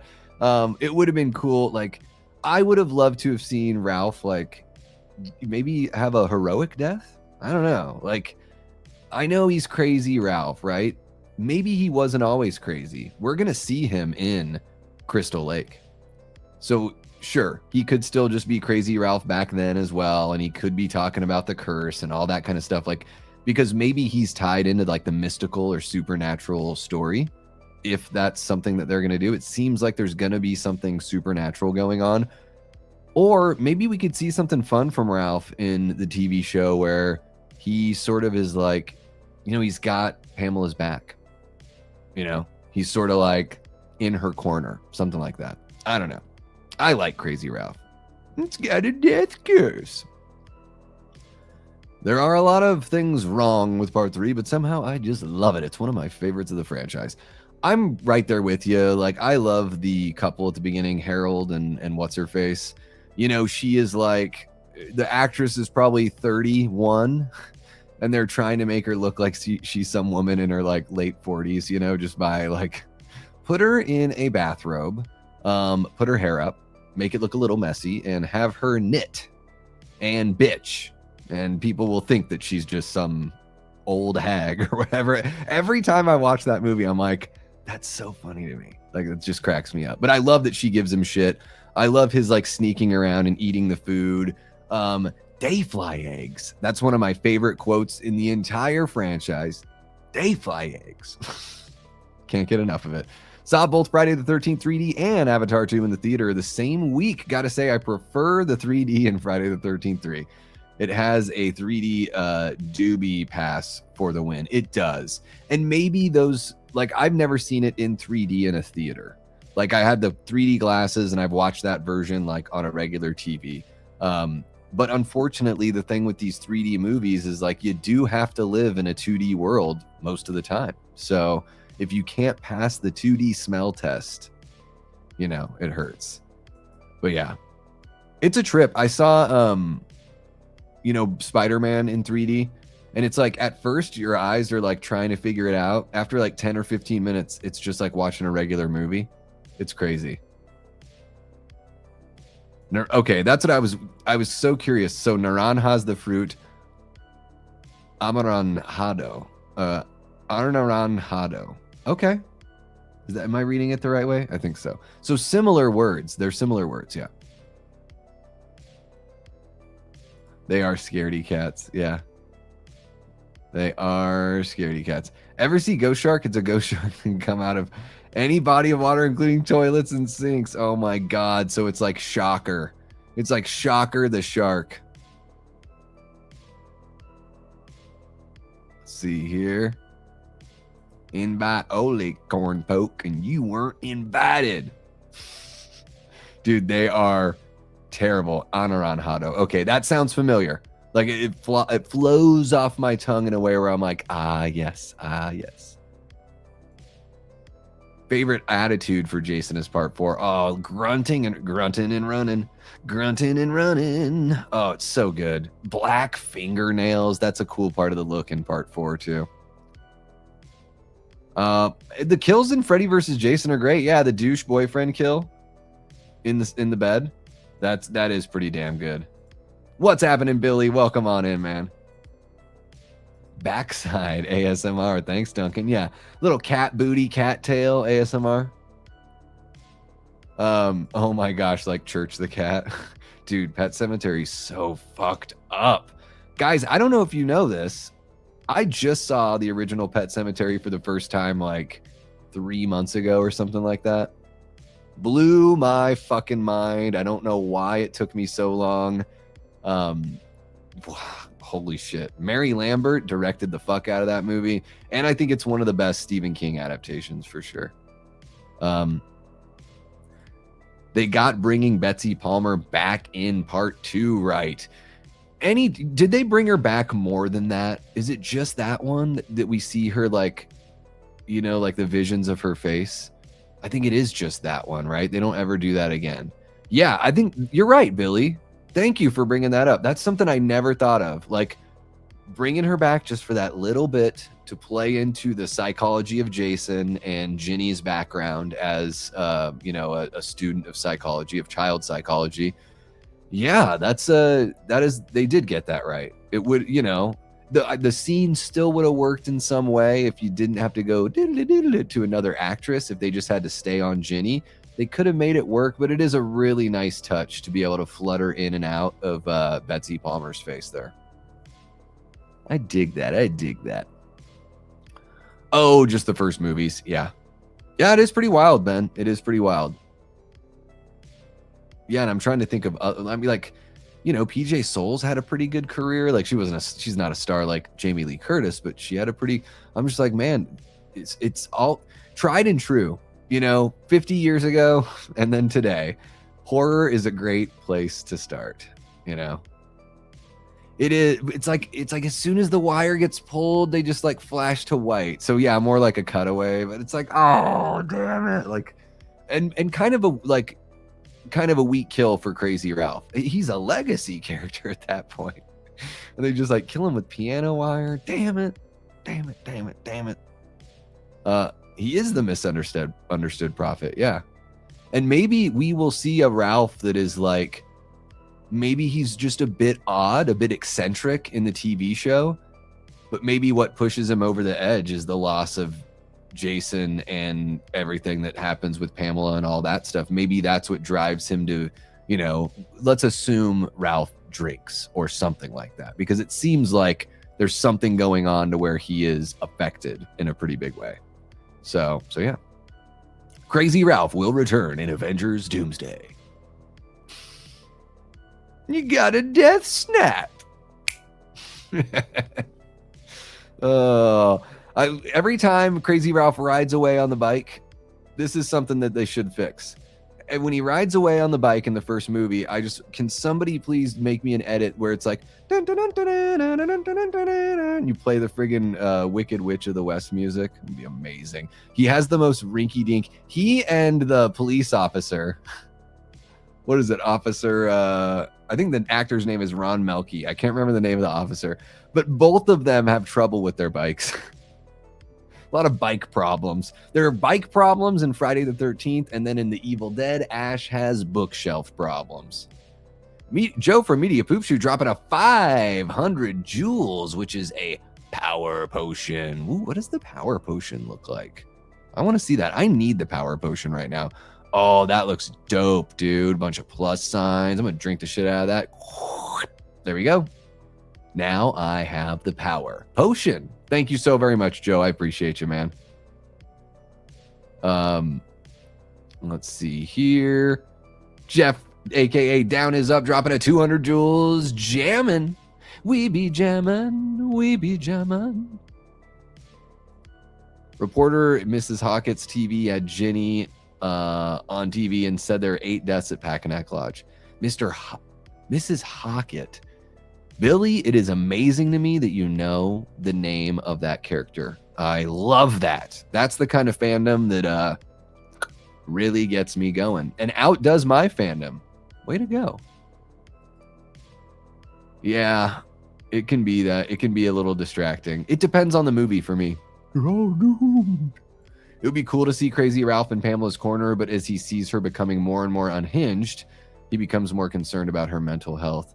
I feel like the tragedy is going to absolutely, you know, of course it does what it does to Pamela, but I think the combined tragedy that's going to be what makes it Wreck-It Ralph instead of Crazy Ralph. It's going to just wreck the hell out of him. Corey, welcome on in, man. Corey from Wilkie's Movies and Music. Guys, Corey is trying to hit that 1K sub mark. If you've not checked out his channel, give him a watch. Corey goes live. He goes live on other channels with doing panels, but he goes live on his own. Yeah, check him out. Mary Lambert went on to direct Halloween Town 2. She's done some other stuff. She did some really good Tales from the Crypt episodes. And like, I just think like the level of talent that worked on that show and the quality of those episodes, like I think those are legitimate pieces to have on your resume in her case. I don't know her entire, I know I've seen her name pop up elsewhere though. Yeah, I've never seen any of the Halloween Town movies, but dude, Mary Lambert, very, very talented. That Pet Sematary movie, I'm getting goosebumps thinking about it. Straight up chilling. And like, no, I didn't sit there and lose sleep over it, but like scarier than I ever would have anticipated. Like that movie, that is a gut-wrenching, heartbreaking movie, and really not far off from like the kind of thing that we're discussing here in Friday the 13th. And maybe, you know, those supernatural elements like a Pet Sematary, I don't think they're going to do it exactly like that in Friday the 13th, but I think it's going to be something that's going to just be like a replacement of that. I do think there's going to be something about, you know, trying to bring him back. Okay, let's see here, guys. What do we got here? Betsy isn't in Freddy versus Jason Shannon, but Pamela is. It's a different actress playing Pamela. Matt, what's happening? We got our guy Matt from Facci Cinema. Your ears must have been burning because we were talking about Friday the 13th Part 3. And I was like, my boy Facci, that's his favorite one. And every time I watch it, I try to find more and more to love because I do really enjoy it. But yeah, I'd love to see a version that just, you know, with regular effects. Just regular effects. Yeah, I know what you're talking about, Billy, for sure. It's just a shame, like a character like Ralph didn't have like, I want him to go out on his shield. Like if he's gonna go out, like give him something to do, not just spying on. Like he's really just like spying? He's like eavesdropping. He's like peeping. Like he gets killed like looking behind a tree, like he's George McFly or something. It's just, you know, or Michael Myers, kind of a little bit of that. It's true. It's true. All good things, Matt. All good things. You have to be careful though over here though, you know. Let's see here. You did the Facci sense is tingling. My Facci sense is tingling. Okay, guys, we've talked about what we love. Thank you, Jamie, for sharing that. Thank you. Thank you. I think it was a good, so I think, okay, I do want to get to the, you know, what they didn't do so well, but I think all the Tommy Jarvises are good casting. I do. Corey Feldman was so charming as a child actor. I don't know if he has any of that juice in the tank. His life is just, you know, it's just taken an odd path. But I think he's awesome in the final chapter. I think Tom Matthews is amazing in part 6. What is the name of it's something Shepard. What is his name? John Shepard that plays Tommy in part 5. I think he's really good. He didn't write the script, but he performs Tommy for whatever's on the page in part 5, however you feel about that movie. I think he performs Tommy very well, and holy shit, like he got jacked before Hollywood made every dude get jacked. He is fucking huge in that movie. And I think Crispin Glover is amazing. I would put Crispin Glover in any movie, Billy Judd. I really would. I really would. We got Far From Blake hanging out. Hey, Davey, just stopping by. Can't stay. Probably pop back in later. Thanks for saying what's up, Blake. I appreciate you. Zelda is freaky deaky. What's happening, Burley Kev? Welcome on in. Okay, guys, let's get into the next item here. It's just 3 items. It's a very simple conversation. or discussion. What are the missteps in this franchise? You know, what did they fuck up? What did they get wrong? I mean, I don't think there's anything cataclysmic here. Well, I mean, we haven't had a movie in 17 years, so I guess the biggest misstep in the franchise is how they handled the rights. But let's just focus on the on-screen stuff, right? You know, it's not fair to talk about the films in the franchise and, you know, frame it in a way of, oh, the rights holders fucked it up for 17 years. But what were the missteps just in the franchise as far as the actual films go? You know, like, did they fuck up in part 5 by having a copycat, or did they fuck up in part 5 by not pushing harder against the MPAA? Because man, that movie has a bunch of tits, but it's got like no on-screen kills, really, no like blood or anything like that. It's a shame because I think it has the makings of everything you want in a slasher movie, and it's just missing actual, like, you know, it's missing better editing on the kills. Let's just say it for what it is. And same issue in part 7. Part 6 got around a lot of the MPAA stuff. You know, they still had scenes censored from that movie, but I think Tom McLaughlin was a little more reasonable with what he wanted to do. And then I think with what's-her-face, Sissy, is it Sissy? I can't remember if that's her name. The girl that gets killed, you know, you see the aftermath and there's just like buckets of blood all over this cabin. It's like there's no way that's what it would actually look like, but it's just a cool look. Like, that's something that the MPAA would like let slide because you're not actually showing the impact, right? You're just showing the aftermath. So there's a little bit of like ways to be creative to sort of like skirt around the MPAA. Because I think that's one of the biggest parts as far as missteps in the franchise. I would say the New Line era is not the best. You know, Jason Goes to Hell has some things that I like, but there are some things where I'm just like, I don't think I'll ever be able to like that. You guys know how I feel about the music. It's really bad. And I love Harry Manfredini as a composer. It's just the instruments he picked, that was not it, dude. You know, really cool effects in that movie and all that stuff, but it sort of takes these odd chances, you know, body swapping, mixing in the Evil Dead, but then abandoning it all in the next movie. So just that whole New Line era, you know, I think teasing Freddy versus Jason and then it taking another like almost 10 years to get it going. I think that's something that you could see as a misstep in a way, you know, that they didn't have it like ready to go. I think Jason Takes Manhattan, I think that's a misstep. And I think it's a misstep because it could have been a resurgence of the franchise. It could have like reinvigorated the franchise. Instead, it ended the franchise for Paramount, you know, or at least for the time being. I think, you know, now they've got, or at least at one point they have some of those rights still back because last spooky season, Paramount Scares put out some of those movies that they had the rights to. So yeah, I don't know. What are some missteps that you guys have got? I know there's no way I'm going to be thinking of every single one, but while you're thinking about that, I do want to say, because I mentioned Tom McLaughlin, another thing that Friday the 13th did right is they let Tom McLaughlin write and direct Jason Lives like pretty much the way he wanted to do it. Like, I think he got about 95% of his way on that movie, which is pretty damn good. You know, he wanted to have the opening in black and white, switch it to color with the James Bond moment. You know, he didn't get that. And I think there was something else. I think they wanted to put an addendum at the end of the film that showed Elias going, like, visiting the graves. That was something that they storyboarded. And I believe it was meant to be as like an epilogue. So, you know, just a couple things he didn't get the way that he wanted. But I do think Tom McLaughlin is just an absolute rock star as a presence and everything like that. And what he brought to the franchise, I mean, Jason Lives is my favorite, so obviously I'm going to feel a certain way about it.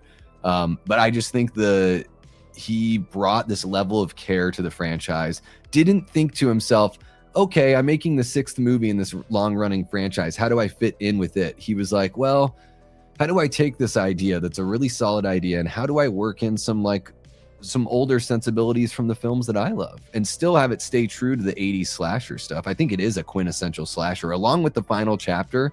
Like, those two specifically are like so They have all the essence of what a slasher, especially what an 80s slasher should be and is. And he was able to still work all of that into Jason Lives while still making it a movie that felt like it feels different. I think Jason Lives stands out amongst the pack. Even if it's not your favorite, I think you could say that there are certain things about it that makes it feel like it is just, not a black sheep or anything, but just a little tonally different. I don't know. I've soliloquied long enough. I'm going to jump on over and see what you guys are saying. Okay, what have we got going on here? I have to scroll back up because StreamYard decided to scroll me down. Just scrolling me down. Okay, what do we got? Timelines. That's Ryan says timelines is what they got wrong. They do a weird thing with timelines here, right?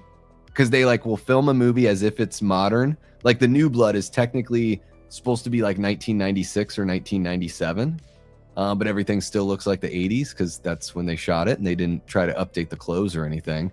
But really, if Jason Lives takes place in 1986, then Tina, wakes Jason up. Let's say it's even a year later. So yeah, and then 10 years after we see Grown Up, I meant to say that if you figure a year later, right? She puts her dad in the lake, and maybe even longer because I don't remember seeing that house at the end of part 6. So this could be The New Blood could technically be taking place in 1999 or the year 2000. In the year 2000. So yeah, timelines are a bit of a mess. Jason X really says, hey, fuck it. We're going to get crazy with the timelines. Not as wacky as Halloween, but there are timeline issues. Putting Jason on a boat. What? Yeah. They should have had Jason fly first class to New York City. Jason, are you flying into JFK or LaGuardia? Yeah, or put him on a boat and get him there 35 minutes into the movie. That would have been cool. He still could have done a bunch of crazy shit on the boat. They still could have had their cake and eat it too. Yeah. The misstep in part 5 is having Joey being killed by Vic. I don't know. Is that a misstep? I mean, it's the whole. So Billy, I'll say this: it's the whole impetus for the movie, right? Is that Roy wants to get revenge for Joey being killed, even though Roy is the worst father. I'm not a parent, so I can't say how it would affect me. But yeah, Roy's not the best dad, but at least he goes to bat once his son isn't there. At least I think they just had to have.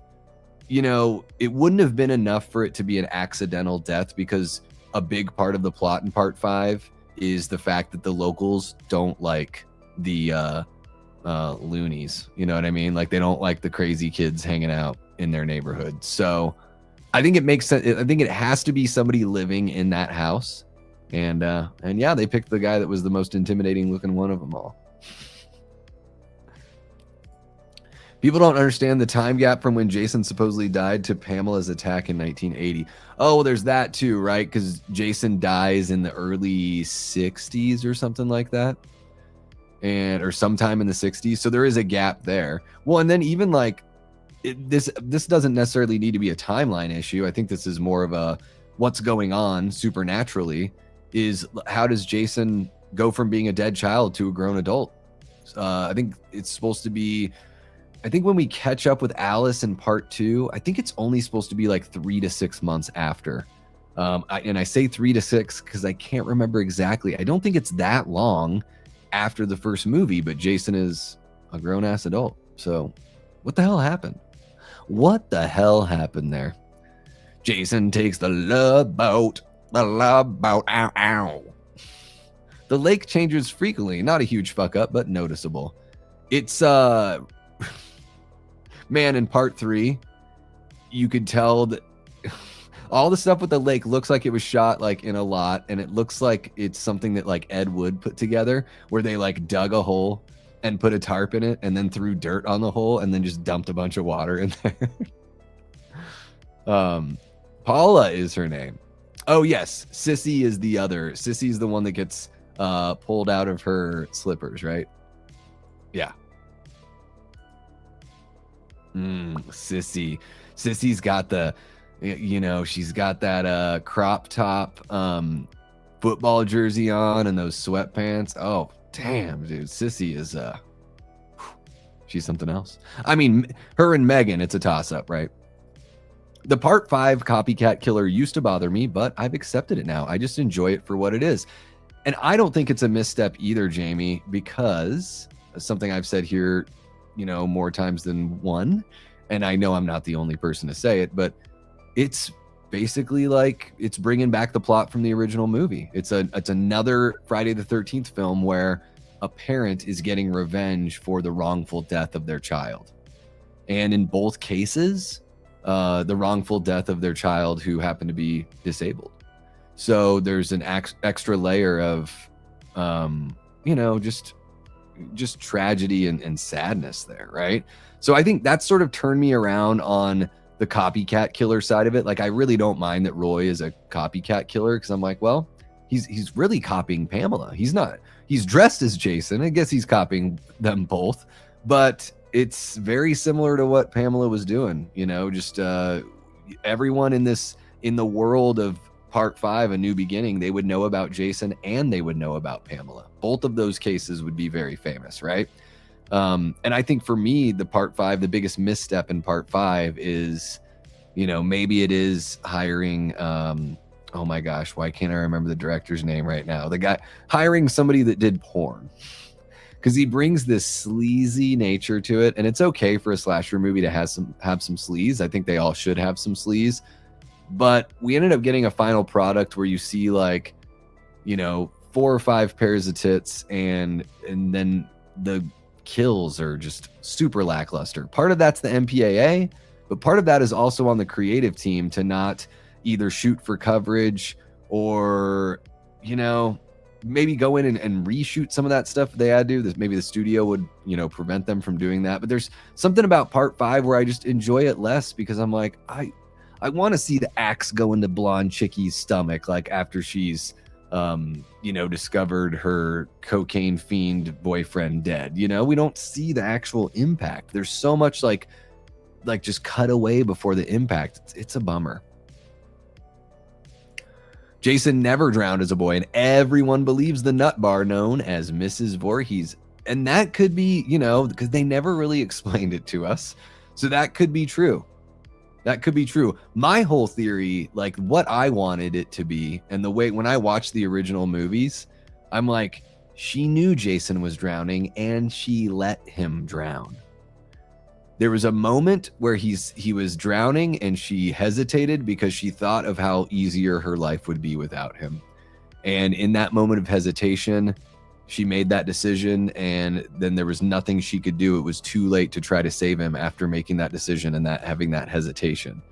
So that's kind of the way that I read the first movie.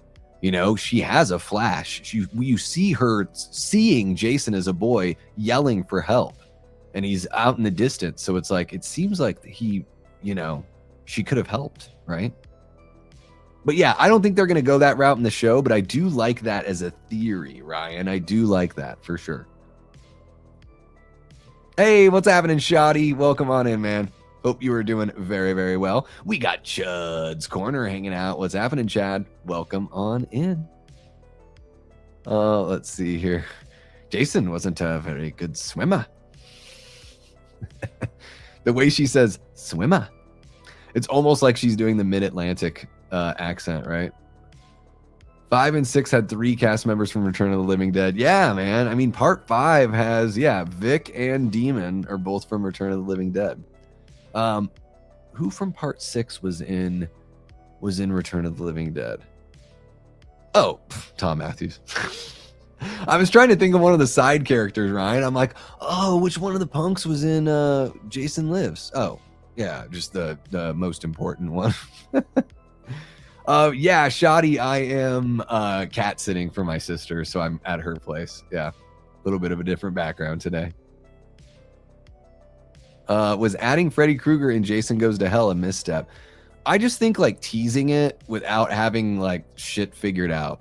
That's a bold move for New Line to be like, boom, we're going to tease this. Even, you know, both properties were owned by New Line. So it's not like they're teasing it without having the rights, but they still squabbled over like how it was all going to shake out. And just being honest with you guys, as somebody who like lived through that time, I never expected Freddy versus Jason to really happen. I thought it was going to be in development hell forever. Like, I thought it was just going to be like, well, yeah, the people wanted to do that when they made Jason Goes to Hell, but Jason Goes to Hell didn't do as well as they wanted it to do.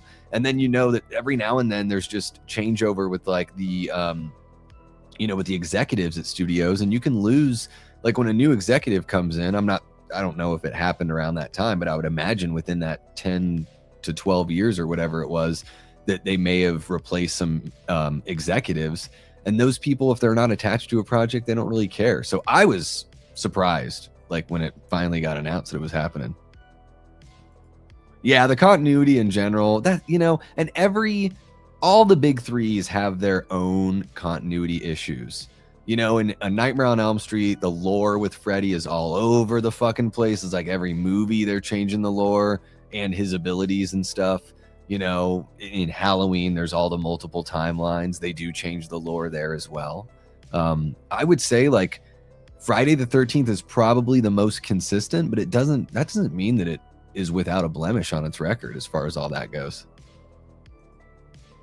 I came here because I'm stressed about high school starting in a few days. No worries, Shoddy. Yeah, you know, the beginning of school, I always got anxiety when, you know, school year was starting. I really enjoyed the leisure time, you know, and, you know, waking her up early and having to, you know, sit and behave and all that kind of stuff. I never really enjoyed it too much, but I did like, you know, in school, I was a bit of a cut up. Let's just be honest. I'm sure you guys can tell. I love that the chat makes you feel calm and happy, man. I love that. Well, welcome on in. Welcome back. I feel like it's been a little bit. So welcome on in. I hope everything's going well. And then, yeah, dude, I would just say as far as that anxiety goes, sometimes you just learn like little meditative things that you can do, like a mantra or something that you can repeat that brings you that calm, you know? I mean, you're going to wake up tomorrow, or you're going to, whenever that is, right? Starting in a few days, you're going to wake up for school on Monday, right? And you just tell yourself, I'm going to do this. And then you just go and do it. And who knows, maybe you'll have an amazing day. Maybe you will. Oh, they wanted it back since 87. Wow. What's DW/NB in 80s? Oh, Dream Warriors, New Blood. Okay. Yeah, they were definitely talking about it at that point, for sure. I mean, that's really what that started out as. And we didn't really hear about it. You know, that was something, Jiggy, that was, you know, I didn't like pour through Fangoria magazines, but just as far as like general knowledge goes, like that was something that wasn't really discussed until Jason Goes to Hell came out. I don't really recall people talking about a crossover. Oh, it's the it's just like the I think it's like the little musical interlude they play with the Wicked Witch of the West flying around on her broom or whatever. Jason on a train, says Chud's Corner. That would be it's a Camp Crystal Lake tour, and it's a very slow moving train, and it really only goes around, you know, it's a very limited area. Oh my gosh. Jason takes a bullet train.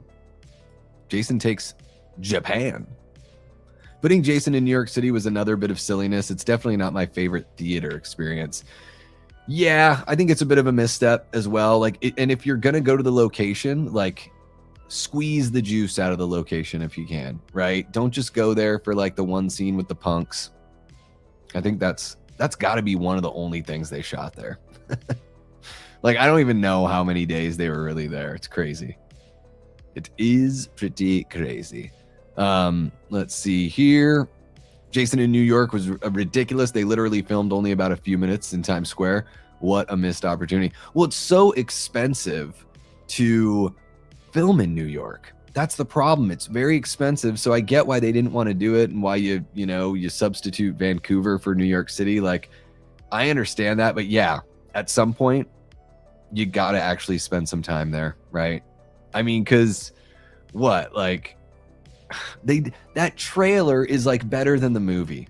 The trailer that's just Jason like across the the East River or whatever, or the Hudson looking into downtown, like that captures an awesome feeling and such a great atmosphere, and the movie never delivers on one iota of that.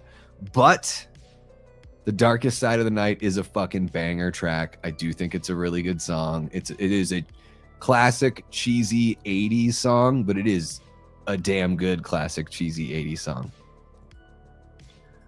So, Shoddy, what we do here is we talk about, we voted in the first 10 minutes. I had a poll and everyone voted on the franchise that we would pick, and we talk about what it got right, the missteps, what it got wrong, and then we talk about what we would do to fix it. So right now we're in the what it got wrong, and it's a whole discussion on the franchise as an entire whole.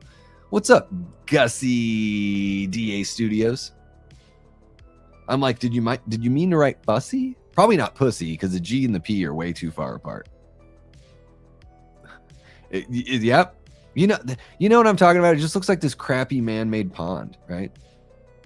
They're 57. Okay. Yeah.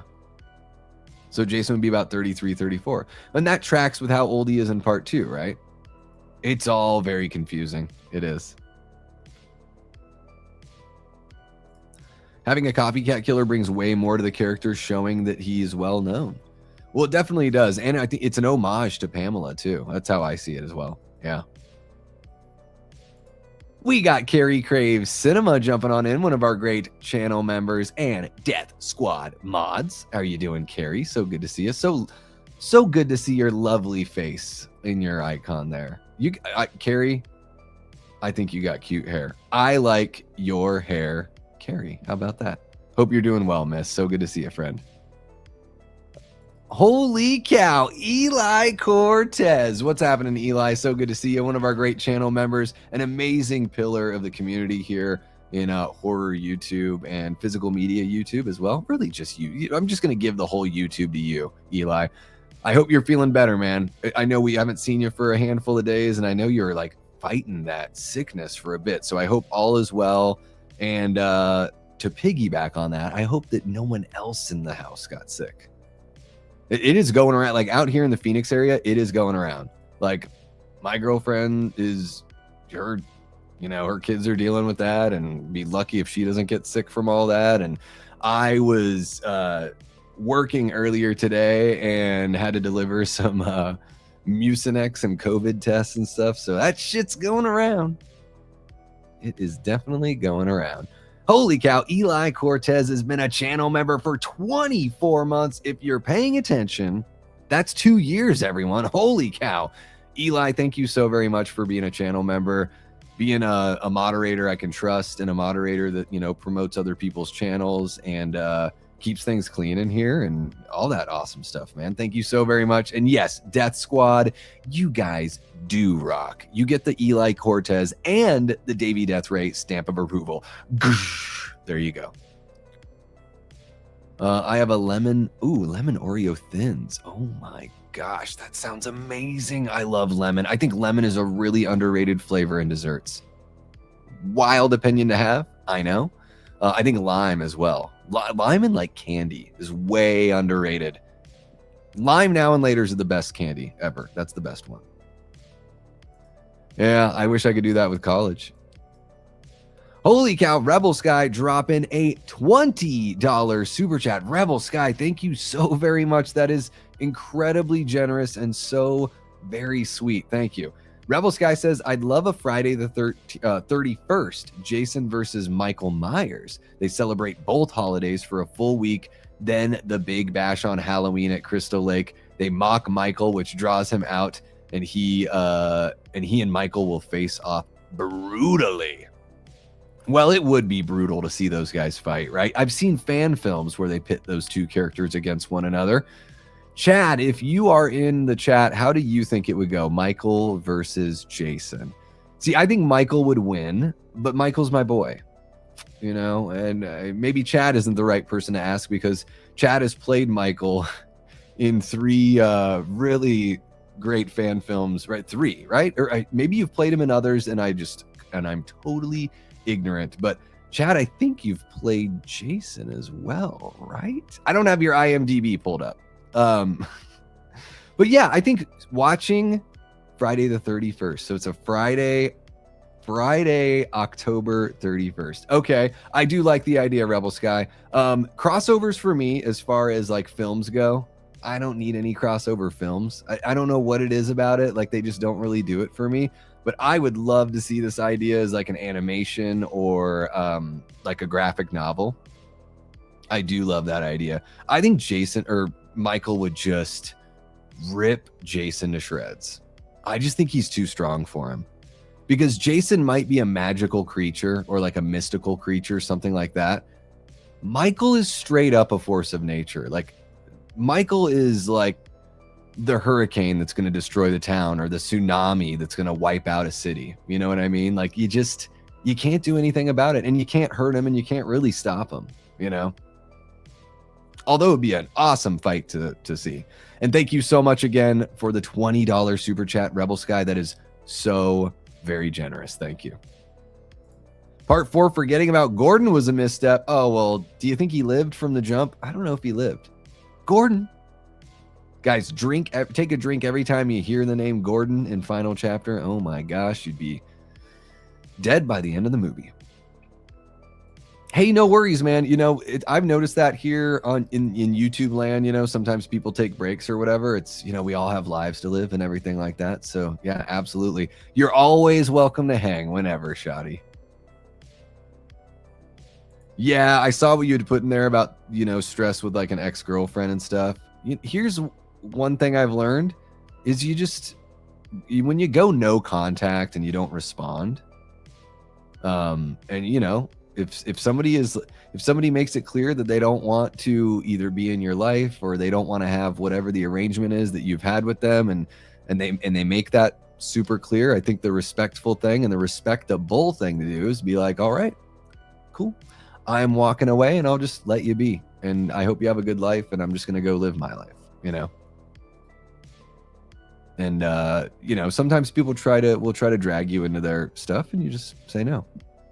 Thank you so much, Eli. Appreciate you.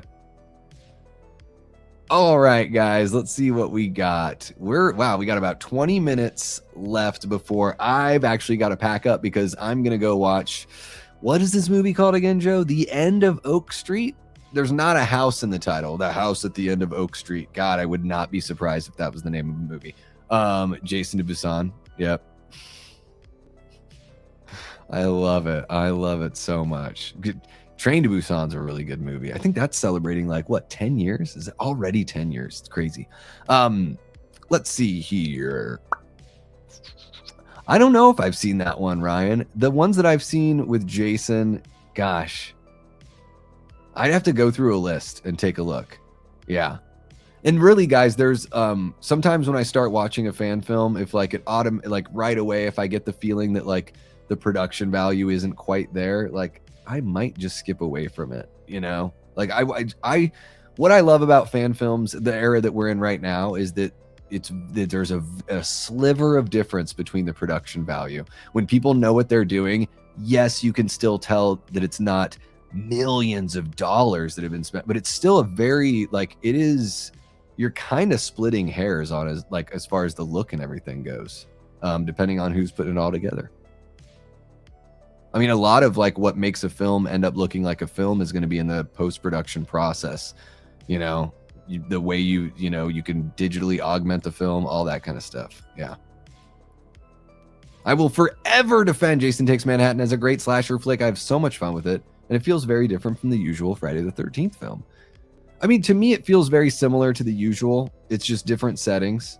I do have fun with it. Yeah, I do have fun with it. The commentary track is amazing with Jensen Daggett and the guy that played the final dude. Like, I know I say it all the time, but if you love that movie and you've not, you know what? Even if you hate the movie, or you just think it's like you don't ever want to watch it again, put on that commentary. Totally worth it. But yeah, I have a lot of fun with Takes Manhattan. Yeah.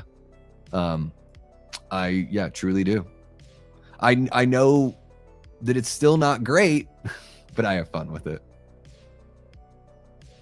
Hell yeah. Hell, I need some trim up on my sides here. Jamie, see, everyone's sick, man. In vacation in Atlanta. Oh man, hot Atlanta in August. Oh man, it's got to be awesome. Well, I hope you had a great time. I did see that they're changing that 5K subs. Is that what it is? 8,000 watch hours. What? I had to have, how many did I have to have? I had to have 10,000. So monetization, when I got monetized, because they changed it and now it looks like they're increasing it even more. But when I got it, it was you had to have 1,000 subs and 10,000 watch hours. I think that's what it was. Maybe it was just 1,000 watch. I don't know.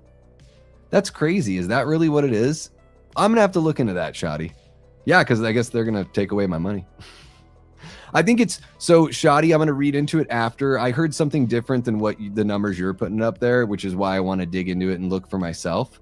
But it's going to be different as far as like if we're talking shorts videos and then the regular content. So I think it's going to be depending on.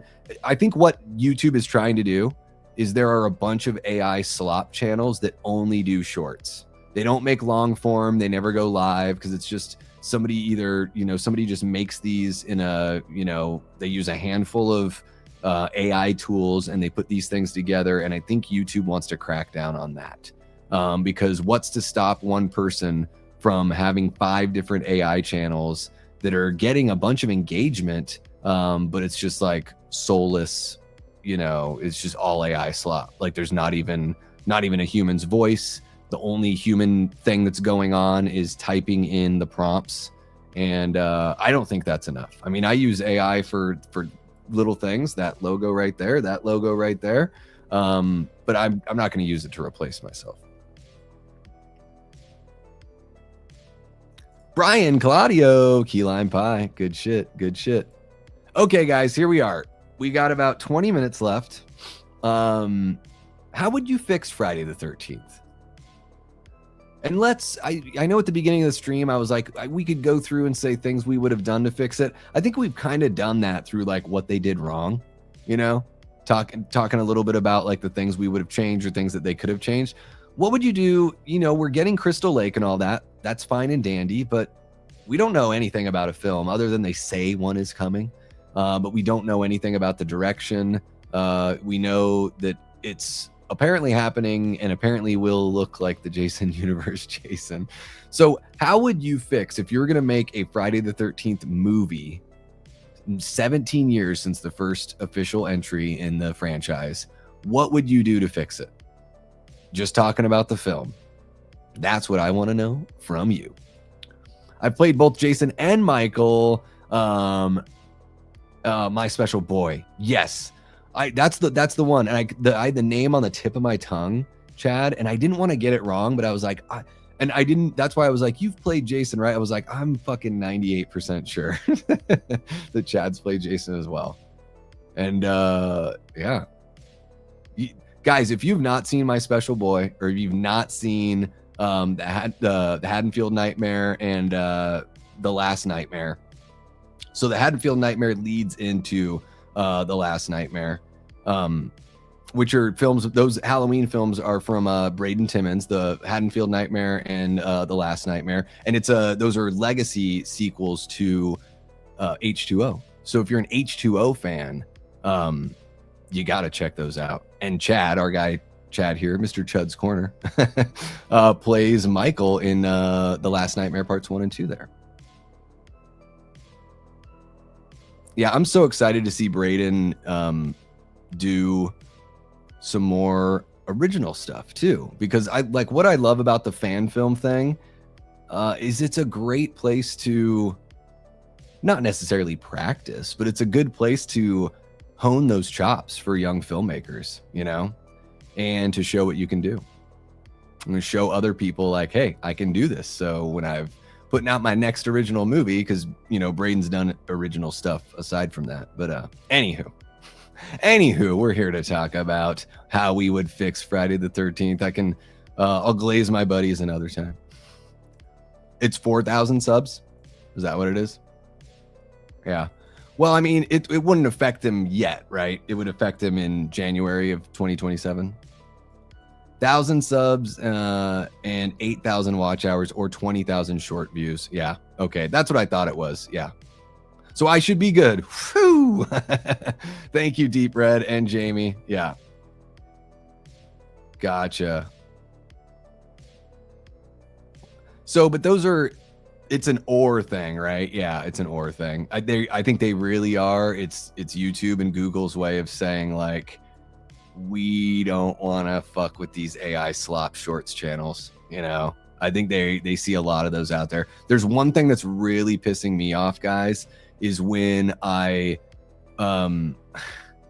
watching it like, oh, this looks really interesting. I'd like to learn about this thing. And I click on it and it's a fucking AI voice. And some AI voices you can't tell, or maybe the person just has a great voice and you can't tell, or you think it's AI. But man, there are certain times where it's like so obvious and I'm like, ugh, I can't do it anymore. I can't do it. Chris, what's happening, man? Welcome on in. Hope you're doing very well, my guy. Thank you for sharing that, Eli. All right, guys, how would we fix Friday the 13th? Let me tell you what I would do. I would kind of do what they're doing now, you know, rebuilding a foundation, kind of like blow it up and rebuild it, essentially. And I think, gosh, it is a really tough one. Like, how do you bring it back? I think you kind of got to go. Well, they're not going to go full reboot because they're going to use the Crystal Lake TV show as the reboot. So as far as fixing Friday the 13th goes is, first off, I would not use the Jason Universe design. I would go back to the drawing table with that one, or at least go back to the drawing table with the mask. They've made some adjustments on the mask, and there's certain things about, like, I don't hate the whole entire mask, but man, those sunglasses eye holes have got to go. They're fucking awful. They make Jason look just, I don't know. He looks like a toy. He looks like a fucking pop figure. Like, I don't think it looks as scary. I don't like it. It's odd to me. So I would definitely change that. I think you got to clean up the consistency with the timeline. So with the TV show being in the 70s, I would put a movie in the 80s. I would bring it back to where the movie started. Because one of the things people are like, it's 2026 now. We can't just make movies like they did in the 80s. And yes, that is absolutely true. We shouldn't do that. Like our guy Dave McCrae says, if you just go that route, you do risk it not working and not resonating, and then Jason going away for another 17 years. You know, that risk is on the table if you try to just do old school slasher. But I still think you can set it in the 80s. You can follow the timeline. Since Crystal Lake will be in the 70s, we can follow that timeline, and I think that would actually be kind of cool. I would love to see more movies like that do the horror thing and bring it back. You know, 82, 83, let's see a slasher in that time. I mean, End of Oak Street, the movie I'm going to see here in a little bit, it looks like it's right around that mark too, you know, 82, 83, somewhere around there. So I kind of like that idea of bringing Jason back there. Fix the mask, put him in the early 80s, bring back that whole 80s look, the 80s vibe, the way characters talk. Yeah, use unsavory language. Fuck it, let him try to cancel you. Seriously, fuck it.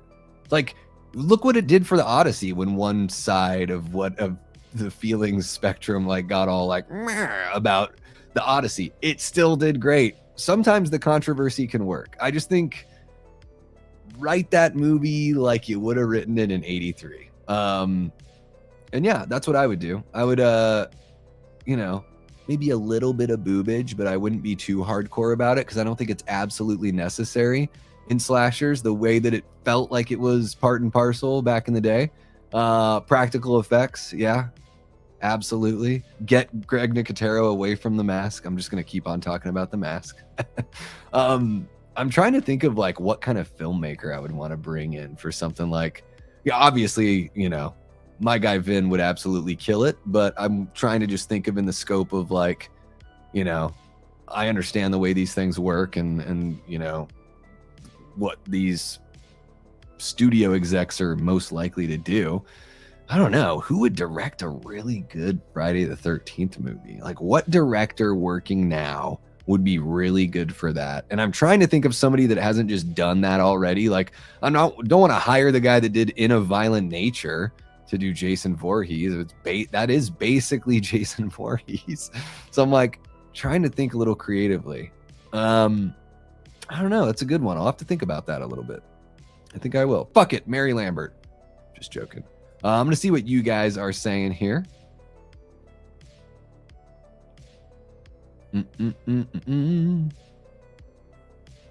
Haven't posted in 5 months and I'm over halfway. Yeah, I think they lessened.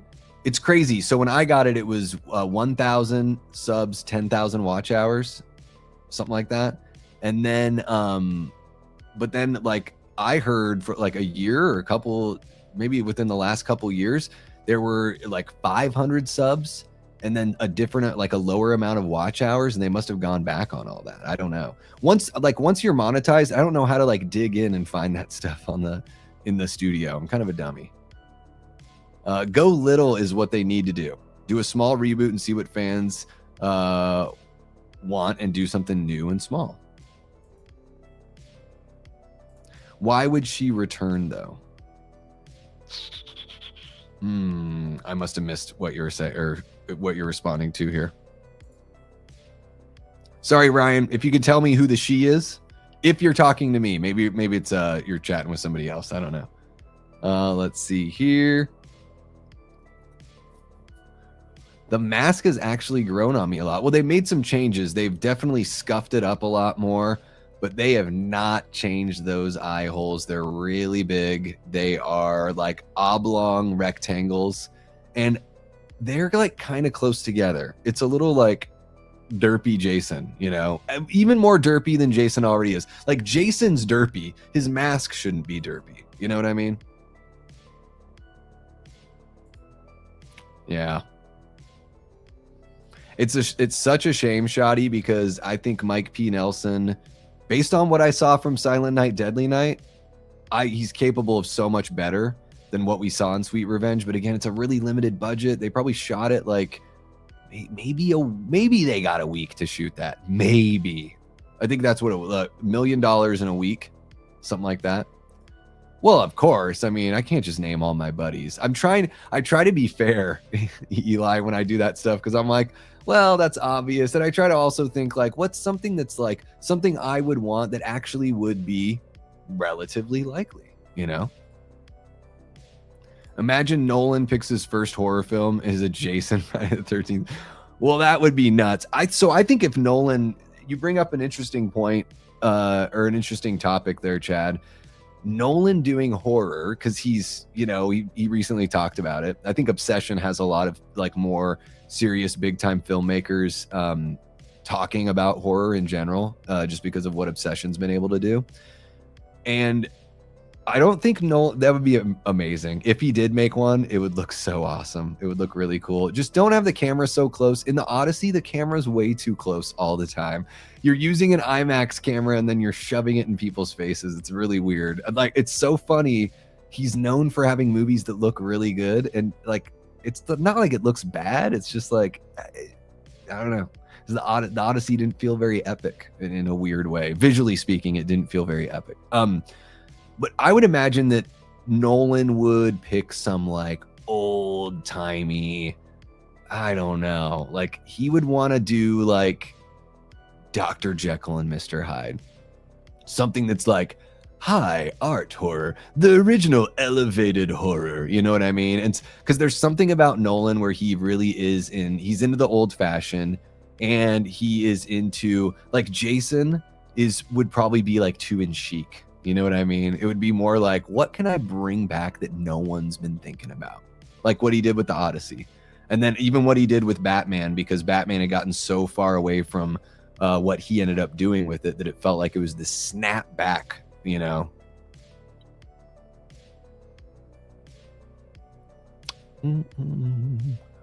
Voice to text is ridiculous. You can't trust the voice to text. Come on. To be honest, I wouldn't try to fix too much because I love this franchise. It does need some cleaning up story-wise. I would love to see Jason more as a kid before his incident. Yeah, and I think we're going to get a good, like, I don't know. Maybe he does die in the first episode of the season, but Callum Vinson is listed on IMDb for 4 episodes. So in some capacity, we're going to see a young Jason in 4 episodes in some capacity. And then it sounds like 4 episodes for adult Jason in some capacity.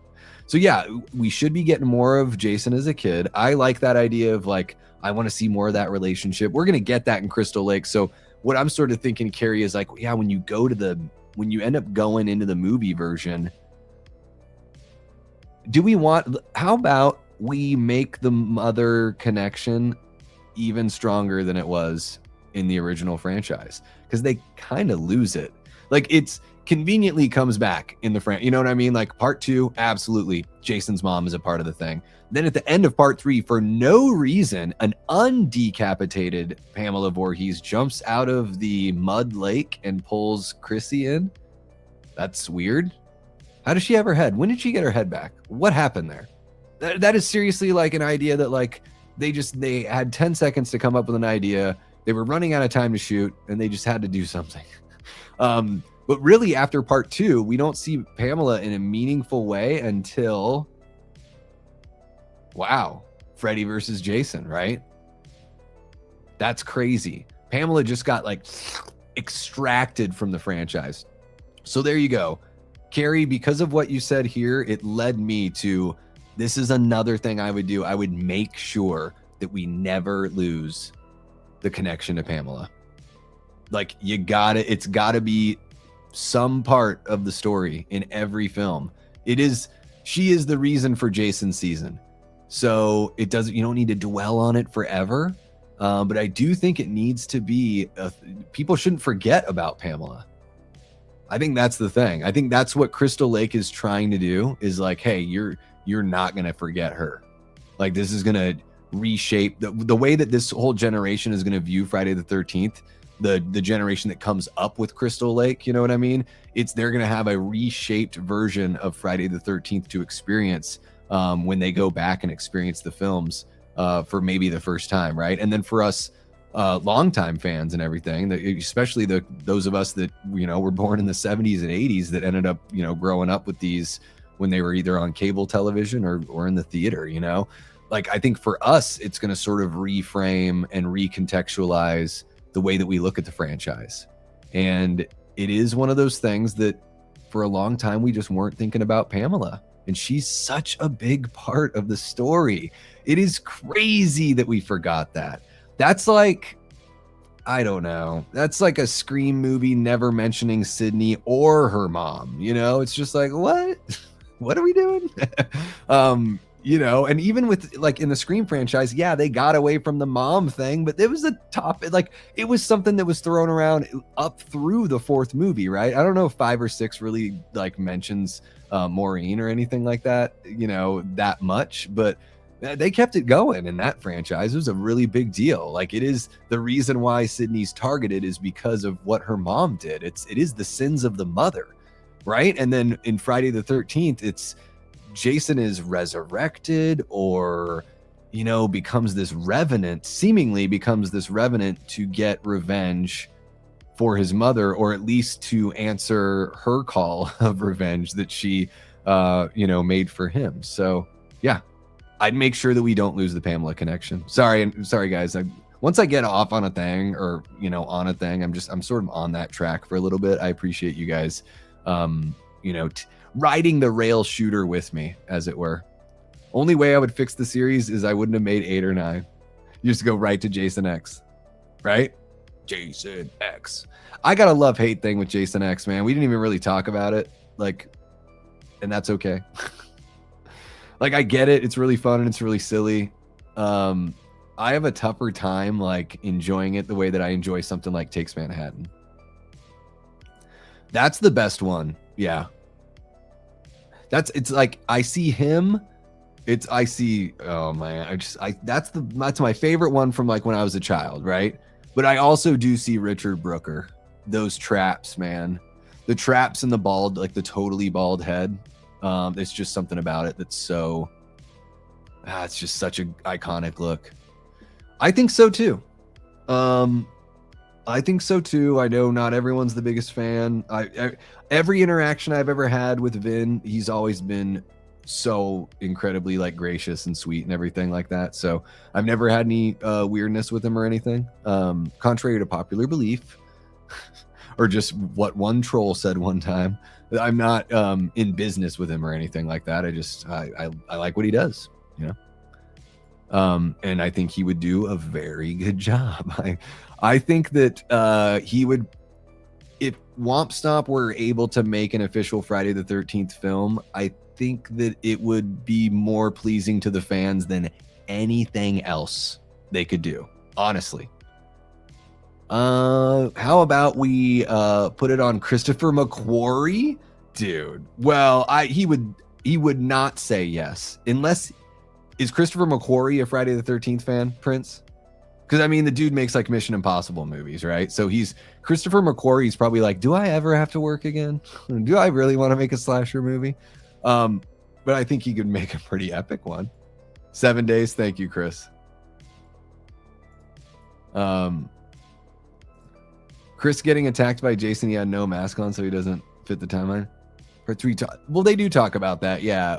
And they sort of allude to that it's him, but it's weird. Like, oh, that's what you were talking about with her coming back. That's the whole thing, is I'm just like, did that really happen? Did she just like imagine that?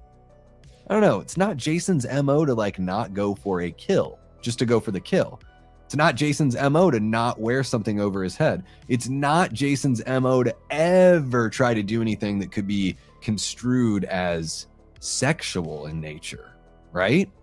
Not even violently sexual. You know what I mean? Not like Art the Clown, where you're like mutilating certain parts of the body. Like Jason wasn't, you know, Jason just wants to end the life. That's all it's about. And it's not really about creativity. It's just about like opportunity, brute force. And that's it. So that whole thing is very weird to me, Brian. It is very weird. And yeah, why does Chris go back?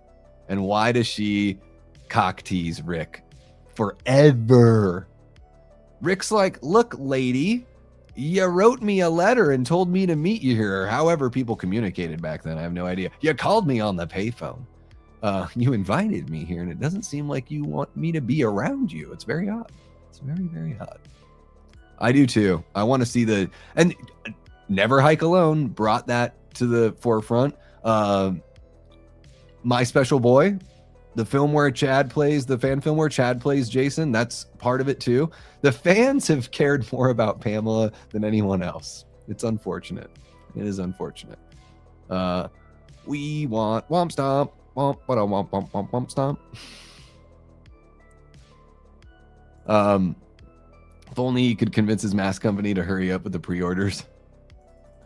I don't know anything about that. I did not dive.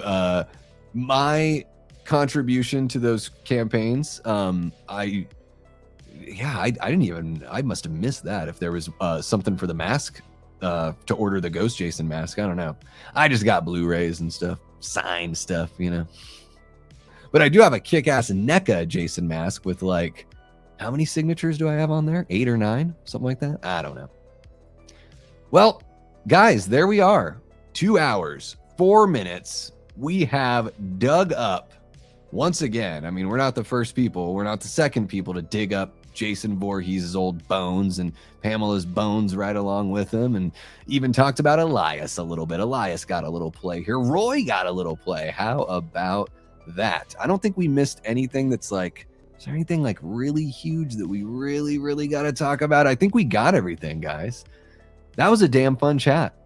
Horror Franchise Autopsy of Friday the 13th is complete. We have talked about what it got right, where it fell short, and how we would fix it, or really what we would do if we were at the helm of a brand new entry in the Friday the 13th film franchise, since we know it's coming from Crystal Lake. So yeah, guys, speaking of Crystal Lake, I put out a new video jumping into some things that Brad Caleb Kane said about the show and about the tone and like what we can expect. He doesn't dive too deep into details. So if there's anyone out there that's like, oh, I don't want anything spoiled, he doesn't say like this happens or that happens. but he does talk about the kind of like vibe we can expect from the show. And I found it like really honest and insightful, and not the kind of coach speak stuff that we usually see. I just like, to me, it felt very refreshing and felt like it was coming from a really honest place and a place of fandom. So I really hope, you know, I mean, I know I'm putting my eggs in the basket now and everything, but it gives me an even better feeling on the show. And then it makes me more worried that, oh no, what if I don't like the show? But everything we're seeing and hearing is looking really good. We got a couple posters today. Did you guys see the character posters for Crystal Lake? Have you seen those? If not, we can pop them on the screen. Billy, no, I did not notice that. The chat just flies, man. So, and then I'm a blah, blah, blah machine. So there's like, when I look through the chat, I do try to look for like something significant, but I'm always like, you know, like I'm skimming, you know what I mean? I can't read everyone and decipher that quick, but yeah, I must have totally missed that. But then I like with Ginny returning, because Ginny doesn't really return, does she? It's Chris returns. Yeah. Did you guys see the pictures? Have you seen this? Have you heard about this? Let me bring those up if you haven't seen them. Let's see here. I have my keyboard over here. Don't ask. There's just not enough room on the desk, guys. Crystal Lake posters. Okay. Of course, can't find them on Google. I'm just going to have to go to Bloody Disgusting. I just wanted to find the damn images. I'll post them on the channel. If you guys want to take a closer look, I will post them on the community tab so you guys can check them out. I would have covered this, but really, I mean, you'll see. There's not like really much to technically like cover. Let's see what we got. I'm going to go on over here, guys, and then I'm going to do this and do that. There we go. So there we go. We got Jason, little young Callum Vinson as Jason Voorhees. Is it the right eye or the left eye in the films? I sit there and wonder, did they get that right? Oh, and we can really, there we go. We got to zoom in so we can zoom in. There's a little Corey Feldman in that eye. You know what I mean? And we can see a little bit of the deformity down underneath his nose. So I don't know if they're going to do sort of like a cleft lip kind of thing or something like that. I'm not sure. But that is a gritty picture. That is, I mean, that's a tough looking little kid, Jason. There's just something tough about that. And then speaking of tough, let's take a look at Pamela. Man, she is, Linda Cardellini has got the rage face on, man. Loving the bangs hanging in her eyes. I think this is a really cool look for Pam. And you know, the knife looks great. But again, not much to really, like, I can't sit there and make a video about this, you know. All I'd be doing is saying, oh, it looks so cool. Which maybe I should do as a short, but make sure I get 20 million views. And here's a closer look there. I do think it's kind of cool. We get both of the eyes. And I'm like, is there something in the eye that we're supposed to see? I think it's just like a key light or something. And maybe it's the dock. Is that supposed to be part of the dock? Look at the eye. And then in her eye, we see another little sliver of something. I'm probably reading way too much into it, but it would have been really cool if they found a way to like put a little, here, I'll bring us back over here. If they found a way to put a little, some sort of vision of Pamela or something in his eye and then do the same thing for her, it would have been kind of cool. Playing with the psychological angle or whatever. Watch my video and you'll know what I'm talking about. Because it does sound like it's going to be, they are leaning into something that Jamie, you might like. Because when I read what he had to say, I was like, this sounds a little Twin Peaksy to me, a little bit. So anyways, guys, those are those posters for the Crystal Lake TV show.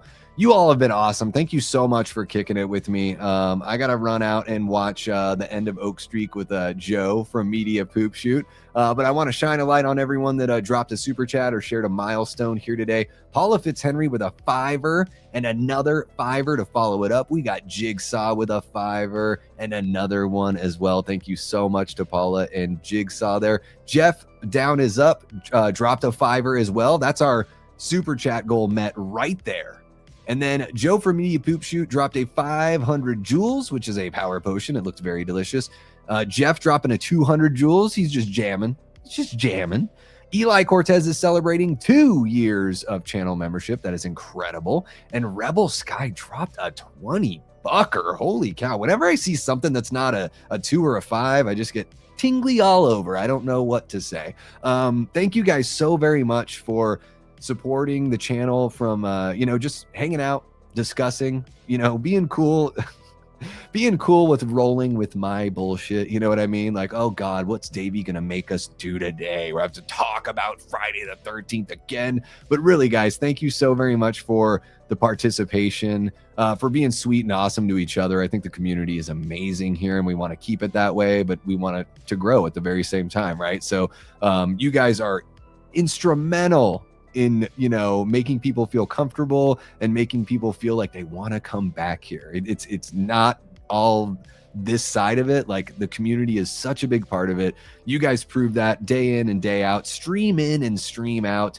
And it's not just the super chat support and all that kind of stuff. Like, that is amazing, that level of support. But really, it's just the simple stuff: hitting the like button, sharing the video, sharing the channel, making sure you're watching the new video when it drops or whatever, so it pleases the algorithm and all that kind of crap. All the free stuff you can do really helps as well. And you guys are amazing at doing it. Thank you so very much for everything you do.